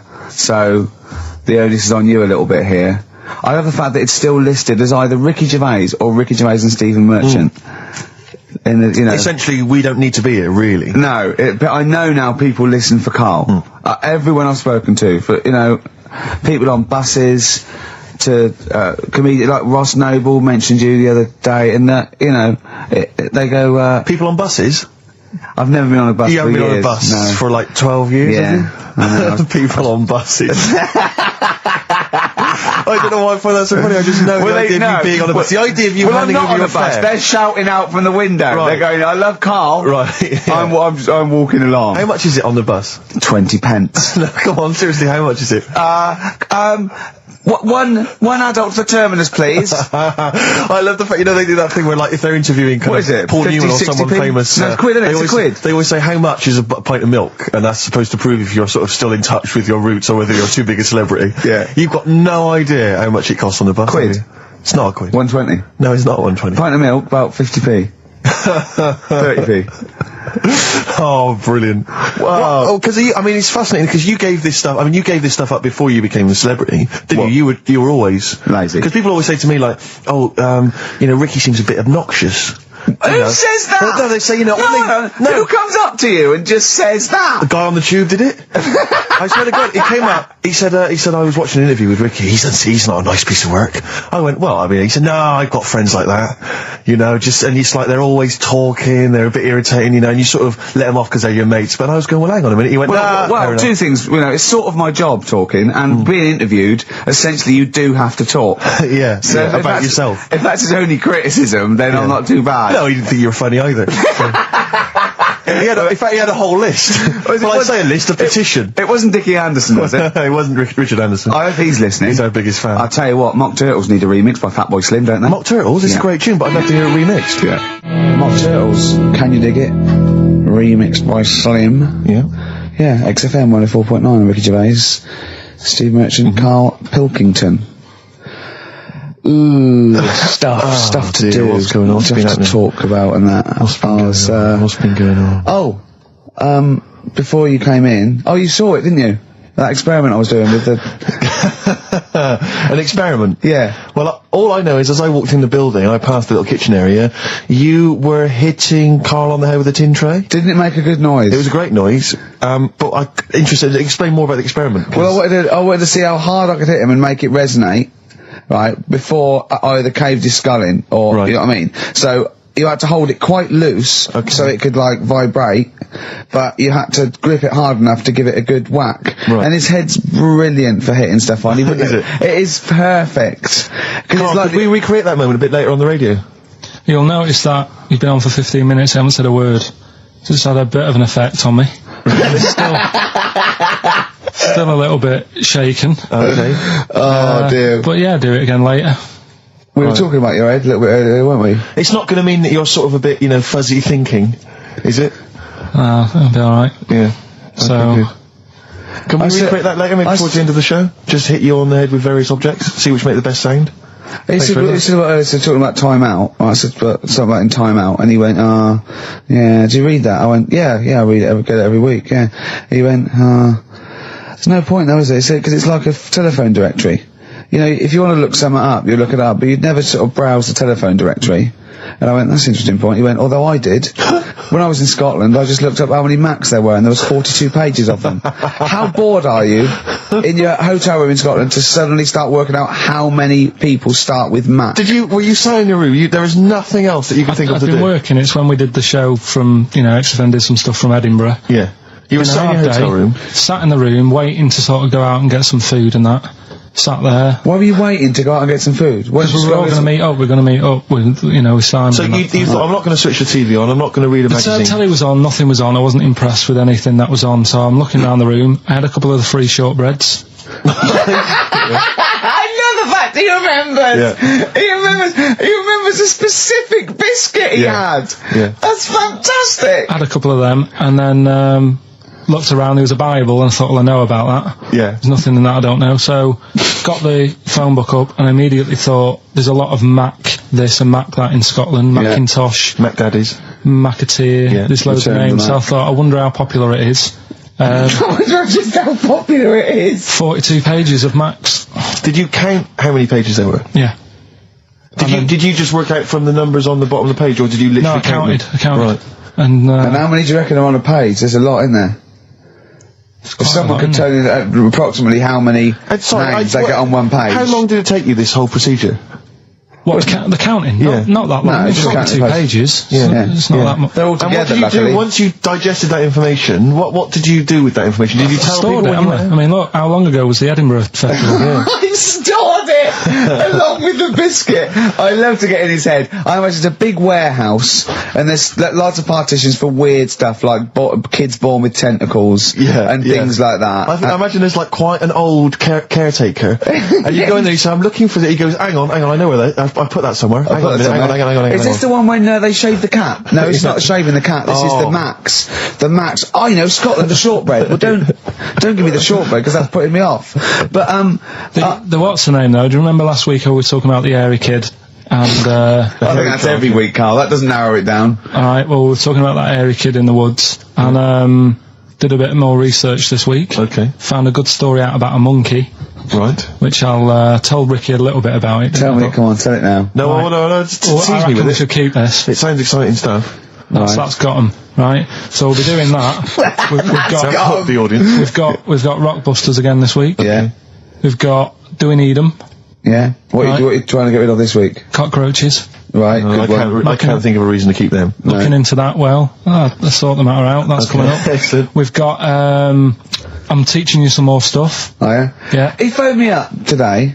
Yesterday it was. He's been researching, just educating Ricky. He said, what do you want to know about?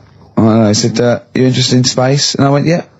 Phoned me 3 hours later. He went, no, nothing about space. I went, what? He said, I couldn't find anything interesting. I said, you couldn't find anything interesting about space? Yeah. It's big. It's pretty interesting, Carl. He went, It's big, but there's nothing there. That's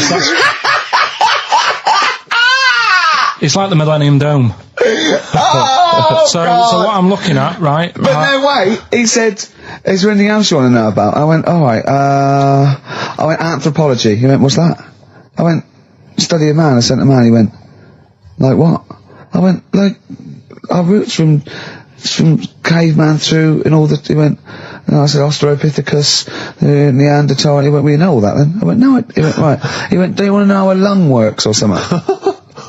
How a lung works.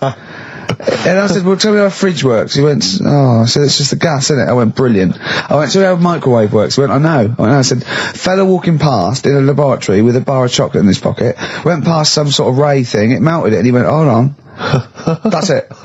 That's explained to me how a microwave works. Right. So today we're doing sort of medical-ish type things under the banner of colon then, educate me. Do it again. Colon then, educate me. Brilliant. Brilliant. So that's like, go on then. So colon. Brilliant. So that's a little heading. You're going to be learning 3 things sort of medical-ish before 3 o'clock. Yeah. Is that it? Yeah, do you want to Pretty much, yeah. a bit of suede? Come on then. How many O'Reillys are there, do you think, in Ireland? Little task for you. Suede, animal nitrate. That's just really got a Johnny Marr influence at the end, that guitar, isn't it? Brilliant. Still brilliant. XFM 104.9, Ricky Gervais, Steve Merchant, Karl Pilkington. Tell us about this monkey, Karl. You're going to love this one, Steve, Go on. right? So last week we were talking about how, like, a lad left his family because there was problems at home and that. He went and lived in the wood, he got airy. Right? No. Leave it there, Rick. We haven't got time to go into Right, it. so... That's what happened. And that's what happened. He lived with the monkeys, he went airy. That's Anyway, what happened. looked into some other stuff about, like, airy kids and all that. Yeah. Came across this story about a bloke, right, who worked in a zoo, Oh, dear. right? So... Trouble's brewing. loving his job and that, but it's quite a lonely sort of job because you don't see many people, you're just dealing with animals all the time, right? So anyway, he gets a bit pally with a monkey because it's the closest thing to a human. Well, that ape is. Right. Yeah, but you can't really go that close to apes. Well, It's dangerous. what do you mean? What type was it? Do you Just mean it was let a him tell the Was it story. a chimpanzee? I reckon it was a chimp, yeah. Yeah, it Oh, was you a don't chimp. even know, so It was that's a an chimp. ape. It was a Okay. chimp. Yeah, but it doesn't matter, does So it? he It's gets the story. pally with him. Right, so he gets pally with What, him. do they and go on he's- holiday together? Well, no, I mean, it starts On the off pool together. starts off just checking each other out and, probably sharing lunch and that together. Yeah. Right? Anyway, this goes on for a while. They're getting on well and that. And then after a while, right, the monkey starts sort of imitating him a bit more and sort of walking upright. Oh, God. Yeah. Right? So he thinks, oh, that's a bit weird. Anyway, they get on really better and what have you. So he thinks he could live at home with me, this. Yeah. Because we're getting on the storm. Yeah. Right? So he takes him home and before Is you this know the it, beginning of Beneath the Planet of the Apes? I think it is. I think you've seen this on video. I'm worried, because he's already imitating him and they're moving in together. I'm thinking it's maybe a bit like single white female.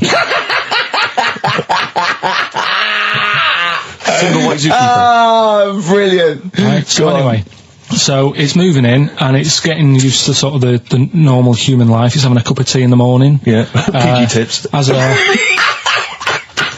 It finishes the day off with Oh, dear. Finish the day off with what? He with does, a he doesn't little have to brandy. move a piano at one point, does he? Finishes the day off with a little brandy? Yeah. He pours himself a... Is he wearing a smoking jacket? I'll tell you what, Carl, you're a maniac, mate. no, this is why it attracted me. It's amazing, right? So he's having his brandy and that, loving his life. Next thing you know, he sort of, I don't know if he loses it or he gets shaved, but the top half of his body is hairless. Right? Apart from his head. Right, so he's got a nice... So it's the opposite of the kid. Well, no, Yeah, this is what I'm saying. that would happen. Right? Well, hang on, but so you don't know if You he don't was even shaved know. or if it's How did it say? Then the hairless. What? I'll bring it in for you, the story, and then you All can right, well, see if okay, I've gone keep wrong. going. So anyway, so this is going on, and he's having a great life. Then the zookeeper starts getting a bit annoyed because he's having a better life than the zookeeper. The zookeeper's in the zoo. This is such So the rubbish. zookeeper's still got to do a day's work. The monkey's at home, he's partying, Well, he's it got gets his to a other point when he chipmates says round. there's no point you coming in to the zoo because the whole reason of you being there was because you're being kept there. Right. And he didn't want to bring the memories back, so he said, you stay at home. So You are you're talking such. Just let him finish. God, I don't know if I can sit here and listen to this drivel. Let me... I'm fascinated. it's It nearly sounds over anyway, amazing. right? It sounds extraordinary, Carl. So he's walking up, right? He's having a tea in the morning, finishing the day off with brandy. Gets a bit out of hand. Only tries it on with the zookeeper's wife.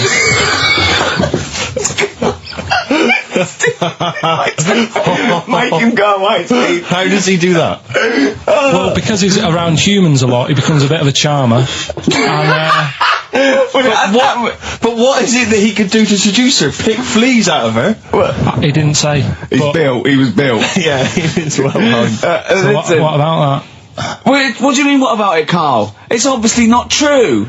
It's obviously not true. This wasn't on the internet. This was in a book. So it's not a quick joke and just put it on a website. This is in a book. I don't understand how... I love that he becomes a charmer. He's got better taste in brandy. Exactly. And What was it that he was doing that seduced her?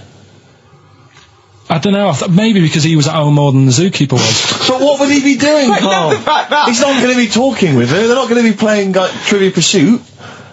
Maybe she liked the silent type. He didn't go into that. He just said that's when the trouble started. Carl, play a record. Right. Is that what Suzanne did when she brought you in? Feeder. Just the way I'm feeling. XFM 104.9. I love that. Carl, you're panicking. You've just remembered a song from your childhood, and I don't know what you're talking about. But I'm going to give out a number. Please take this number down if you can help, Carl. It's 08700 800 1234. Right. I'm not that bothered. We were talking about a track from the 60s. Yeah. Mighty Quinn. Yeah. And it was on the same compilation. My dad had a tape in the car, and the tape was always on in the stereo thing in the car. And I used to sort of sit through all this stuff I didn't like, but knowing that coming up soon was a song about a monster with purple eyes. It wasn't Puff the Magic Dragon. It wasn't that. A monster. There must be something else about it that give people Do you remember a chorus or a few lines? It says something like, it was a one-eyed, it had big eyes, purple, and it eats people or something. The Big-Eyed Purple Eater. Wasn't there a song called something like that? The Big-Eyed Purple... And it was a hit, I'm was it? sure there was. A song which is something like the Intergalactic Purple Eater or something like that. It's a novelty song. Rubbish. What, by the Bonzo Dog? Yeah, it's that sort of thing, yeah. I'm sure Well, if you know what, Carl... Look, the telephones have gone mad! Yeah, well, we'll find out in a bit. I mean, I'm not that bothered. I'm not going to buy it. It's just that we were talking about songs and that. It'll be good to know who it was, but... Yeah. Right, Rockbusters. Okay, now how long... Where did you get Answer the... the phone. What, do you want to just answer Well, that? answer the phone, so just answer the yeah, phone. see what it is. Just see if someone's... Hello? Hello, mate. Alright. Yeah, that song, I don't know if it's by, or is that what you want? That's the bit I wanted, really. What's the name of the song? Well, you know how it goes, it's like, born nights on a dawn, Yeah. Oh, yeah! Sorry, I don't think you've helped much, though. You can't remember what it's called or who it's by. Well, no, I mean, I know the tune, but that's about it. But he's It done seems well. to me- Steve, yeah, he's done well. He's given up his spare time to call in and sing us a song. Don't diss him. Rick, I'm concerned he's just only marginally remembering it more than Carl is. It was actually in, I think it was in the Blob, no, it was in something like the Blob, actually. I think Steve McQueen was driving away and it was running in a sequence. This is so very familiar. Thanks very much, mate. See if we can get a title off someone. And XFM. Hello, yeah, I know the name of that tune. Go on. It's the Purple-Eyed People Eater? Yeah, that sounds about right. And who is it by? Yeah, well, I'm just at work and, Who is it by? it came to my mind. Do you know who it's by? I don't know who it's by, mate, sorry. This is not enough information. I wouldn't phone in We if I didn't had half ask the them, information. but we asked them just what the tune was. But I want someone like Paul Gambaccini to call in. He knows what chart position it got to. right. Thanks very I don't much. think this is enough information. That's two people. The thing We barely is, got if any you know the information. title, we can put it in the internet, can't we, and find out who did it. Yeah. That's full of Brilliant. information. Well, thank you very much for Yeah, calling in. I don't know why they bothered, frankly. Right. Sorry, no, I mean, I just think if you're going to bother to call in a radio station, have the facts. Have all the facts you have. He hasn't got the facts, and he runs the radio station. He doesn't run it. They keep him here like a mascot. He's like a pet, isn't he? They have him running around the office. God. Now listen, it's Rockbusters. I've got the prizes here. Rick, I'll be honest with you. I mean, we've given away some shoddy stuff in the past. This But is it's the worst absolute collection. tat, is it? This is really scraping the bottom of the barrel, Carl. I mean, Let's hold on. The how phones many are going more of mad. these can we give away? If you're still phoning, hang up because we're not going to bother anymore. We really sorry about that. Maybe email us or something.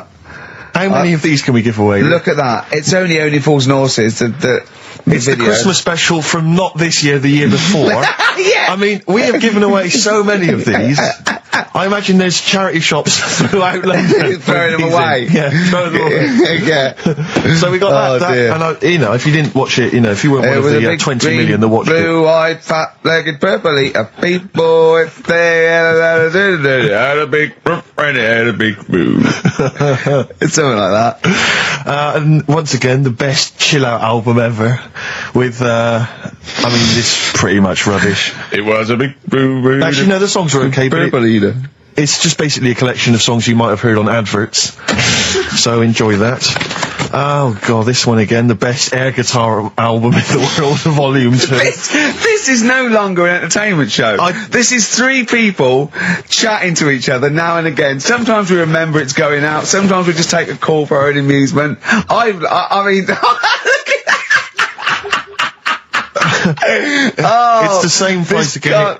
It's the David Attenborough compilation of DVDs, which I'd be very surprised if it actually makes it to you. I imagine someone here will have had that long before we post it. Oh dear. There's a t-shirt in here. XFM 104.9. You get sent a lot of just in case you're wondering what you're listening to. This is a Quicksilver t-shirt. What is that? What t-shirt is that? That's a t-shirt made by the Quicksilver people, so if you're a bit of a surfer dude, and by the look of the size of it, you're a midget. You can't say midget. You're welcome to it. And this is, I think, the piece de resistance, Rick. I mean, because you know the kind of fans we have. They're pretty cool cats, pretty groovy guys. Yeah. So I imagine they'll be loving on DVD Doctor Who, the Aztecs. That's one of William Hartnell, the first Doctor's classic episodes on DVD. God. There. You know, rubbish. That's rubbish, Carl. Those prizes. I'm ashamed to give them away. Carl, frankly. you know our mate Johnny. He's a Doctor Who fan. Yeah. Do you remember? He bought the Doctor Who magazine, and he went to the toilet, and Steve got post-it notes and put geek on every page, and Johnny opened it on the tube, right, and it had geek and everything, and Johnny bought in the new Doctor Who magazine, I think this week's or this month's, right, and they've done the perfect Doctor Who fan, right, what the geek is, right, and it looks exactly like Steve. Alright, don't have a go, Rick. It does, and he went, and I'm going to try and put it on the website. It's amazing. It's got your hair, glasses, it stands like you, it's sort of dressed like you, and it's only, it's hilarious, and he was, I mean, I'm insulting you now, it sounds like an insult, but if you'd see it, you'd laugh. Well, Rockbusters, right? Yeah. Right, here we go. Just a little bit annoyed. Just, 3 clues. We've lost all the energy in this show, haven't we? Well, I can't get over that insult. I'm just a little... No, we did though. It just came out, no, I can be honest with you. It came out left field. I wasn't expecting an insult. No, and, but I think there was a sense of camaraderie on this. Just email in ricky.gervais@xfm.co.uk. I'm just annoyed. I can't What are we doing? I'm just reading out the clues. Should we put this, let's put this one in for the Sony Award. Let's put this show in for the Sony Award. Play a song, Carl, because I need to discuss things with him. I've talked before about in Edit second. it down. Get this down to 3 minutes. It'd be a great show. Rockbusters in a minute. XFM. Lonesome Day by Bruce Springsteen from his new album The Rising on XFM 104.9. Ricky Gervais, Steve Merchant, Karl Pilkington. Woman just phoned in and said to Karl, stick up for yourself, don't listen to that Merchant, he does my head in, he's so arrogant. I don't think I'm arrogant, I think I'm mean. Yeah. I just think I'm sort of objectionable. I don't think it's arrogance. I think it's sort of nastiness. Yeah. I'm just not a very nice person. But believe me, I'm not arrogant. I think I'm pathetic. We've had a lot of emails saying, could you bring back White Van Carl? Oh, yeah. Which is that section of the show where we ask the questions that the Sun asks someone else, random punters of Carl. But sadly, recently they've got very politicised and very kind of basically a little bit depressing. So there's not really anything appropriate. But I have trawled the papers looking for other questions posed in other sections of the Sun. Good idea. I was just looking here at the Dear Deirdre section, which is the sort of problem page. I don't know what your views are on this. I'd love to see Karl. Oh God, can we get him a job? Just ask. Oh my God, that would be amazing. Right? Well, here's one. I'd like to see your view on this, Karl. I'm a happily married 42-year-old woman with 4 kids, yet I've developed a huge crush on pop star Darius Dinesh. Yeah. It sent my hormone levels through the roof, and last night I woke my husband up at 4 a.m. for sex. We've been married for 20 years and he can't believe his luck. Recently I've been having... I want to go to I'll stop you there. Why are you telling me? Right, carry on. Sorry. Recently, I've been having erotic thoughts about Darius morning, noon and night. I haven't felt like this since I was a teenager and mad about Donny Osmond. My husband is amazed at the change in me. We had sex twice last night and again this morning. Again, why are you telling me this? Yeah, go on. This is just boasting. This is not a problem. It's not a problem. What's here. the problem? No problem, just wanted to tell someone. Thanks very much. I watched Darius on TV last night, and when my husband came home, I dragged him into the kitchen and we made mad, passionate love. Right, they did it then, twice last night, once this morning. That's 4 times. Five times she's mentioned it so far. Yeah. She's doing alright. My husband, this is a great bit. My husband thinks it might be his new moustache. Or that I'm going through the menopause, but I know You were thinking different. of growing a moustache? I was Just thinking think of of growing a changing moustache. luck with the ladies? I love the idea that's what he thinks it is. He's telling his mates in the pub. You should gone grow mad with for me. these. Grow The with old these, Tom right? Selleck. 5 times in the last 24 hours. Hooray for sexy Darius. So, what do you make of that then? What are your views on that? Hold on though, if that bloke is reading that paper, that narrows it down It's a gotta bit. be, yeah. Who else did he know? His wife likes Darius, he's had sex 5 times that night, and he grew a new moustache. He's thinking, I wonder if that's me. Maureen. Yeah, go on. But what's your concern? Because I'll tell you what her problem is. She's worried that, the reason that she's now kind of overly excited and she's having this great sex with her husband is because she's actually fantasizing about someone completely different, younger. She's having these wayward thoughts, isn't she? She's a bit concerned about that. What's your concern? What are your thoughts? I reckon she's going to start shoplifting soon and coming out in hot flushes. Go on. Just, they're both happy, aren't they? He's getting what he wants. She's happy. I'd say, yeah, whatever, get on with it. Do you think that she should confess? She wants to be honest with him. I wouldn't, because not that many fellas like Darius. Right. So, if you're sort of thinking, oh, she'd rather have him than me, I don't What do you think it's gonna Darius would think of this? work. He'd probably be happy with that. I mean, What would you do if you got loads of phone calls, right, from women going, Carl, whenever you're on the radio, I just have to do it. I just have to do it. Your voice makes me... I'd say, alright, well, it's alright. I'd be happy with that. Would you? Yeah. I mean, just in case anyone is doing that. What would you do to sort of like egg them on a little bit to help them out? What do you think? What sexy things would you say? What do you think is your quality? What do you think people would find, pretty horny about you? Is it your sort of mank wine, do you think? Like, just say this. London shit, innit? I think say that, but, London, it's not that good, is it? Oh, I think you've done it there. So that's Say something quite sort of sexy though. Say something like, well, I love to love you. Say something sexy. Say that. No, say something sexy. Sue's answers to me, do you love me? I go, yeah, you're alright.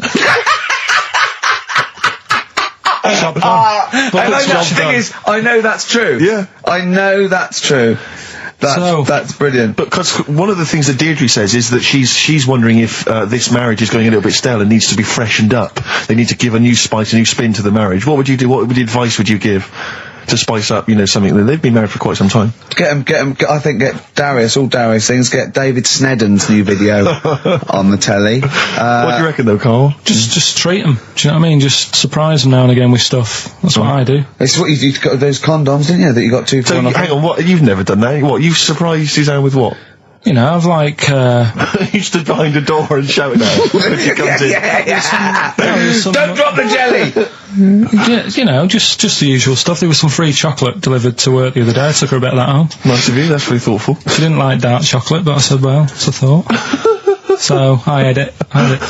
But, you often benefit from any gift that you give her. The chocolate, the meal, the condoms.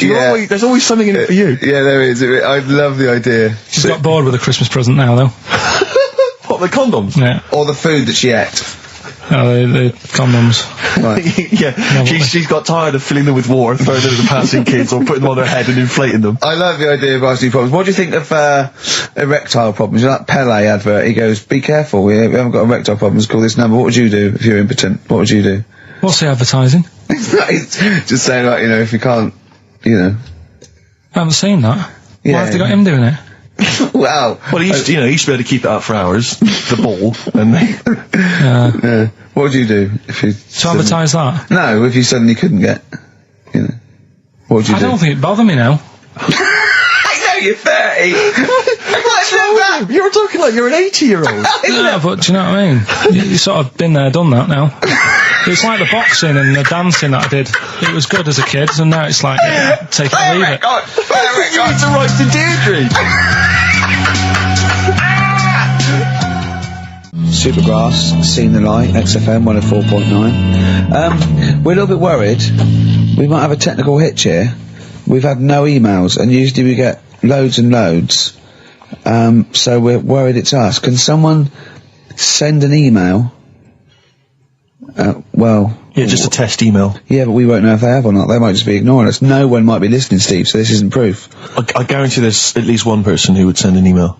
Maybe if Dickie Anderson's listening, he could do it for us. Anders! Do us a favour for all the pleasure we've given you over the last few years. ricky.gervais@xfm.co.uk. If you haven't heard the Rockbusters, might as well give them out. Well, let's check the emails working before we do Yeah, it. otherwise it's a complete... This whole show has been a sham and a farce and a waste of time.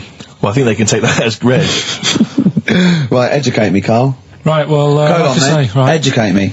Well, what we're looking at this week, we've done war, we've done, We've nailed that. We've nailed war.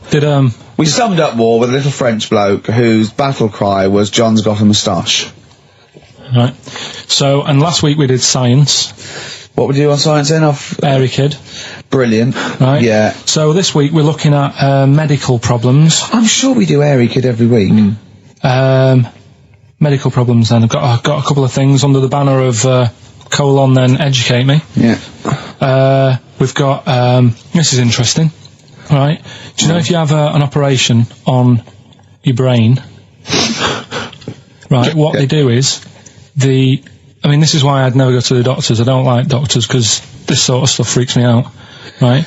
They can operate on your brain, and what they do is they put you to sleep first, cut your brain case open. Your skull, yeah. The brain case. Yeah, yeah.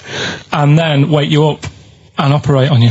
So you sat there with your head open, messing with your brain, and you don't feel anything. Well, there's no nerve endings, is there, in the brain? But still, it's not right, is it? What do you think they do it for fun?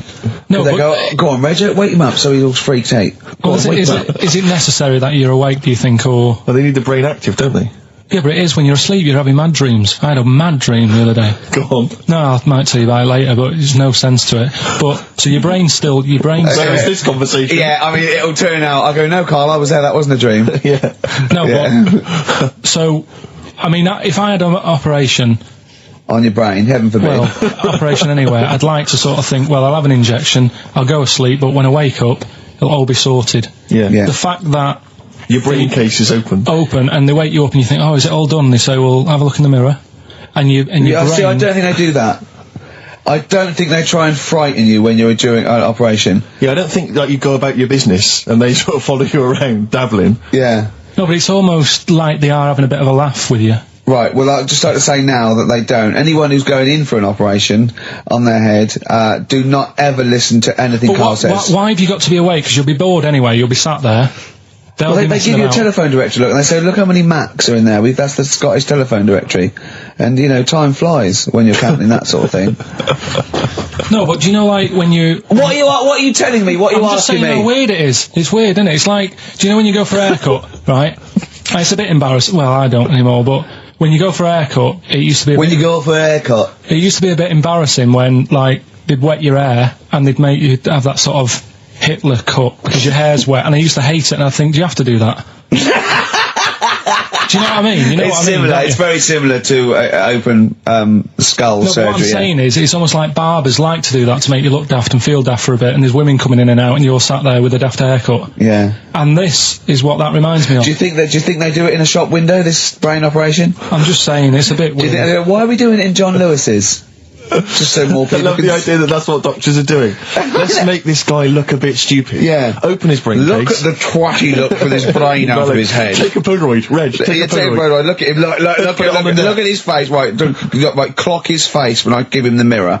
Get this on camera. Put this fake nose and glasses Sorry, did you teach me something then? Was that educational? I taught you that your brain case can be open with your awake, and you just sat there sort of letting them get on with it. Brilliant. I've learned that. I'll never forget that. Right, go on. Anything else?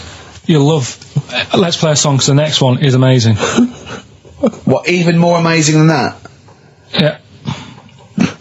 Play a song? Yeah, bit of Bowie. No email still, by the way. No, I don't think it's working. It's not working today. Lady so Stardust. We'll have to do a phone-in for Rockbusters. Off the Ziggy Stardust album. Alright. Bit of David Bowie. When's that ever hurt anyone, Steve? Never. Lady Stardust off Ziggy Stardust and the Spiders from Mars on XFM 104.9. I'm Ricky Gervais, Steve Merchant. Karl Pilkington is in the middle of educating me. Then, educate me. Right, so, I've learnt that you can, fiddle around with your brain when awake. That's brilliant. I've never been a fan of doctors, though, so this was a good one for me to look up, because... Yeah. Did I tell you the time when, the doctor said, I was going to die? Alright, keep talking. Right, ages ago, must have been about 15, right? And, at lunchtime there was this... We used to have a choice of stuff to do at lunchtime, right? We used to have, like a burger place that had an arcade machine in it, right? So we used to go there and play on that and have a burger. Or, there was this baker's, right, that my mum worked at, and, did great cakes and stuff, right? So, she used to, like, bring some home and that, but she couldn't always bring them home every night because, they'd cost money, and she used to get them for free. And they used to say they'd rather chuck them away than give them to the staff because there's a chance that the cream might be off. Right. Right, so they used to chuck them round the back. So I used to go around the back with my mate and eat a load. Brilliant. Scavenger eating out of bins. No, it wasn't out of bins, they were still in trays, but they just stacked them up near the bins, right? So this got out, I mean, it used to be chocker. Once the school found out, everybody used to go there, and it'd be like, well, have a cake. Headmaster crawling through, fighting the kids off. Right, so I'd have, you'd just eat, 6 jam donuts or something, and then you'd spend your dinner money on the arcade machine. Brilliant. Right? So it was a good afternoon, really, right? So you'd do that, and this one day I must have had 6 or 7 jam donuts, a few Congress tarts. What's a Congress tart? I love them. I can't get them in London, right? So I'd have some of them. If anyone can get a Congress tart for Karl in London, please let him know. So anyway, this day, that was just a normal day. Do you know what I mean? You'd once, twice a week, you'd have a load of cake. In your life, yeah, a normal day in your life. Were the frog boys there with the webbed hands and the big heads? And the horse in the settee?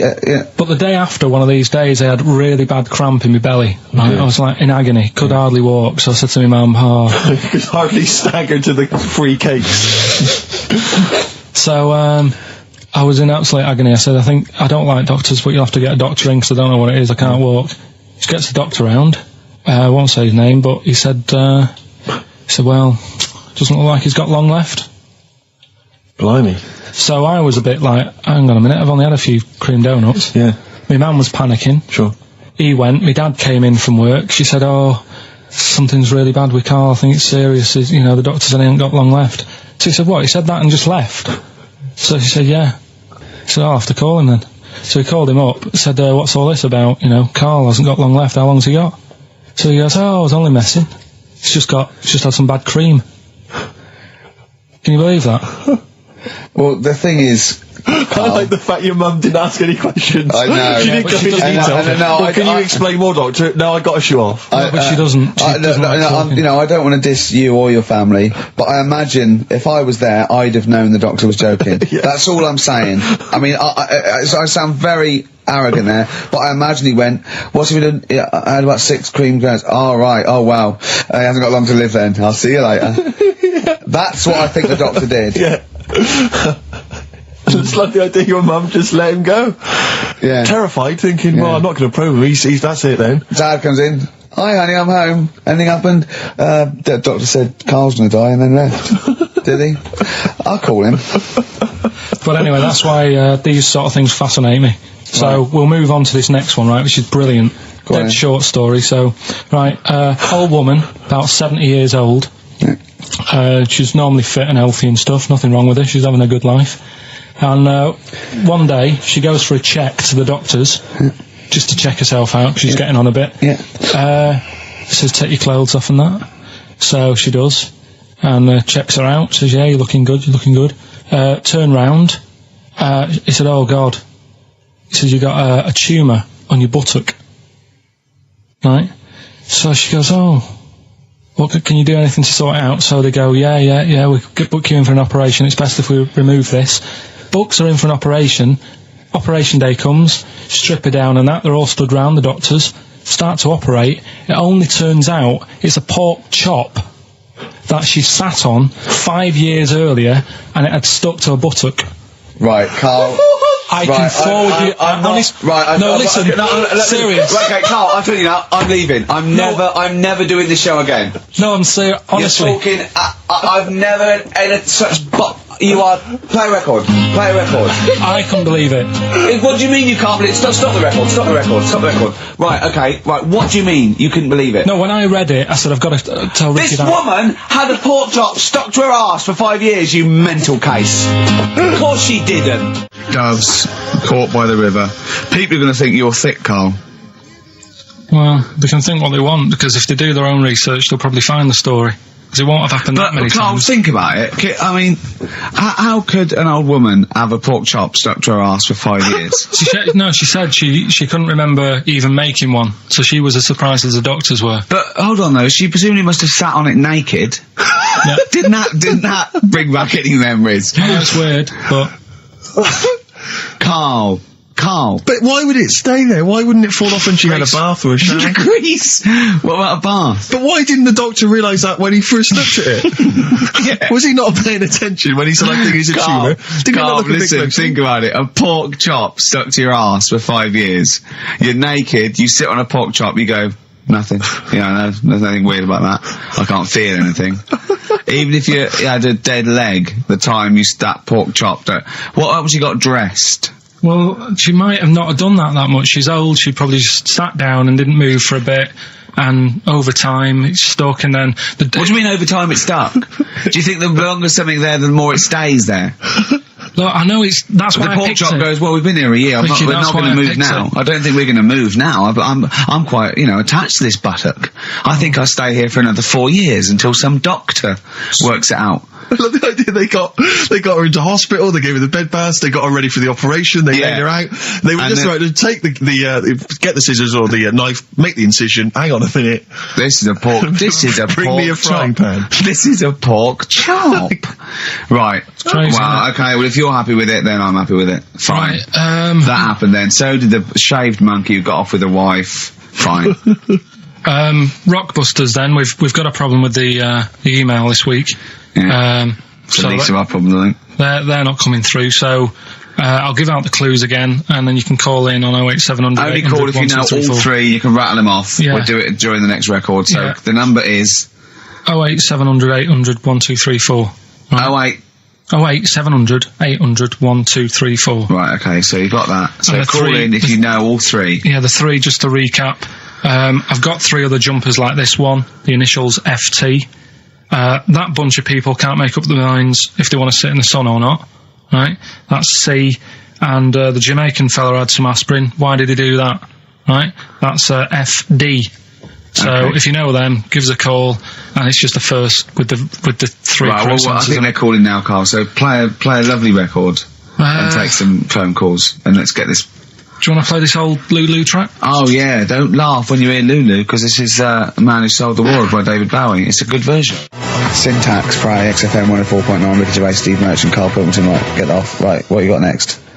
Right, well, running a bit late with this, but it's time for Do We Need 'Em?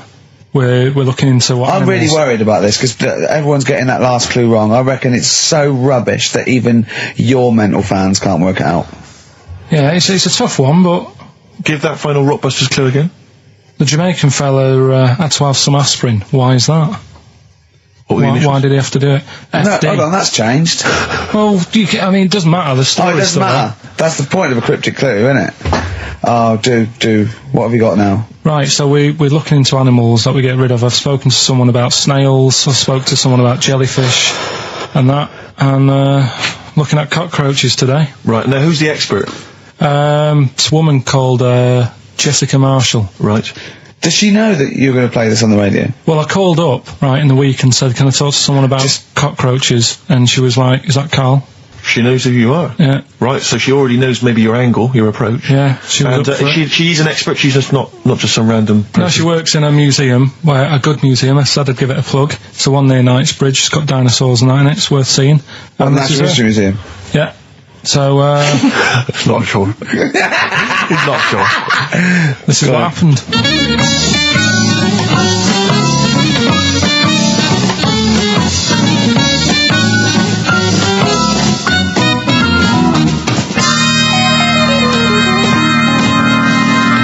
Now, what I'll do, I'll tell you as much as I know, and then you can fill me in if I'm right or wrong. And then at the end of it, we'll get to the bottom of whether we need them or not. Okay. All right. So first of all, the first thing that I found out is that they have 18 knees. That's not exactly possible. They're insects, so they have 6 legs. Yeah. And a knee is usually the junction between femur and tibia. That's sort of classic human knees and every other animal knee. So with 6 legs, you can only have 6 knees. Could somebody sort of got mistaken for seeing one that was a bit double jointed? I think you're grasping at straws or something. All right. Well, we might have to come back to that one then. Okay. They can hold the breath for 40 minutes.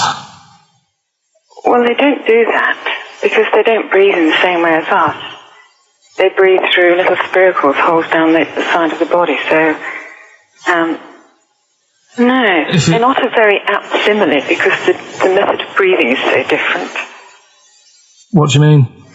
Because insects have a totally different system. They don't have lungs in the way that we do, and just breathing through one part of the body. They're actually breathing through every segment of the body all of the time. So even though they've got their mouth shut, they might be able to slide. Nothing to do with breathing. So Only feeding. So you see, maybe that's where someone's gone wrong. Someone's got hold of one and sort of taped its mouth up or something and got bored after 40 minutes and said, well, we'll call it right. It's a unkind thing to do to an insect, even to a cockroach. Yeah, but it's all... Can't do that. Yeah, but... No. Pretty unkind thing to do to anything, even a cockroach. Something else I found out. Yeah. They can live for a week without an head. Well, that's true if they don't bleed to death in the process. But the weird thing is, when I told you that they had 18 knees, you seemed a bit sort of like, don't talk ridiculous. But then we're talking about an animal that can live without an head. So there's a little bit of truth in that one, yeah? Yes. Why, when it was invented, has it got that facility? Say if someone said to humans, we could do that with humans, and, you know, if you lose your head in some accident, it gives you a bit of time to sort of go back to your family and maybe write them a note. You won't be able to have a chat, but write them a note saying, it was my own fault, and it was nice knowing you. Well, that would be a useful facility, I agree, but cockroaches are great survivors. I mean, they've been around for over 300 million years. They're one of the most primitive insects. All right. Well, I've also, is it true that they do a lot of resting? Apparently they can sort of rest for 75% of the time. Rest? Yeah, they just sit about doing nothing. It's probably true of a vast proportion of the world's fauna. Well, I mean, maybe the 25% that they are working, they're really giving it some, so it might they're make up. probably searching out food and, yeah, they can slow down considerably. You can chill insects in the fridge and they'll become very, very quiet. You might think they're dead. Yeah, but I'm sure, you know, if we were sat in a fridge, you know, we'd go a bit quiet, wouldn't we? You know. Well, you might not know much about it, of course. Yeah, but... Not quite reading the right sources. Well, I've been using the internet. I'm sure there are many useful sources that you could find there, but some of those seem to have been a little misleading to you. So you don't agree with a lot of what I've told you there? No. So, cockroaches, can we get rid of them? No. So we're keeping them then? I would say so, yes.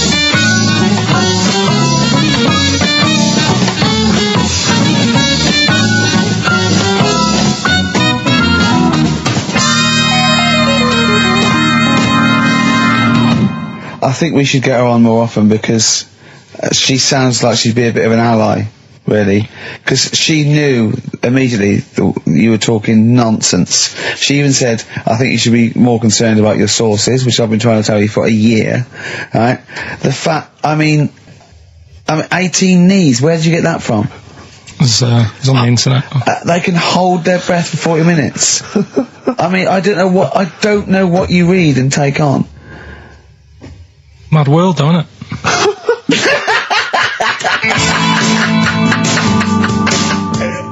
Right. The Cure, obviously. Yeah. Have some. Right, Carl's been taking phone calls for these clues.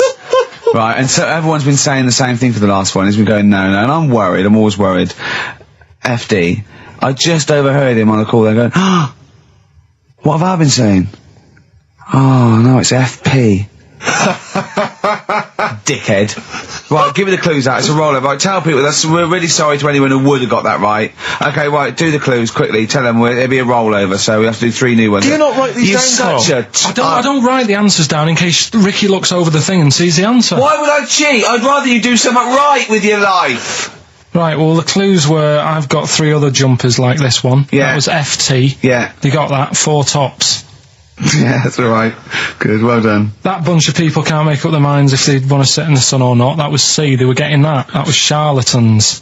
Charlatan, right? A bunch of them charlatans, right? What What's Charlie? No, it's like, shall I go out? Shall we? Charlatans. They got it, right? Where I went wrong with this one, the Jamaican fella, he had to have some aspirin. Why? It's my fault, you know, I'm not cutting, there's no point passing the book or anything. I said FD, a lot of people were saying, Fred Durst, like, forehead hurts, which is a good one. Yeah, which would have been as good as any of yours. But I made an error, so we'll roll it over. No. What is the answer? What is the answer? Jamaican fella what? Add some aspirin, why do that? What's the thing? FP. It was Frida Payne. Frida Payne. Frida Payne. Frida Payne. Frida Payne. That's awful. Carl, you've got to write these down next week. I'm sorry, you're the producer. I know, but I've had a busy week, haven't I? That's not an excuse. That isn't an excuse. Our excuse is we don't care. Yeah. You do put care. the work in and then make a mistake. Yeah. It's better not to try than try your hardest and be rubbish. Do you see what the point? We don't care. But you've got standards. Yeah, and you're not meeting them. Think of that. You're not even reaching your standards. God. Right, well, that's that, I guess. Well, the prizes will be giving those away next week. Again. Just completely... Song for the ladies to end the show with. It's from Nick Cave's new album, Nocturama. This is a track called He Wants You. Back next week. Remember, Frida Payne.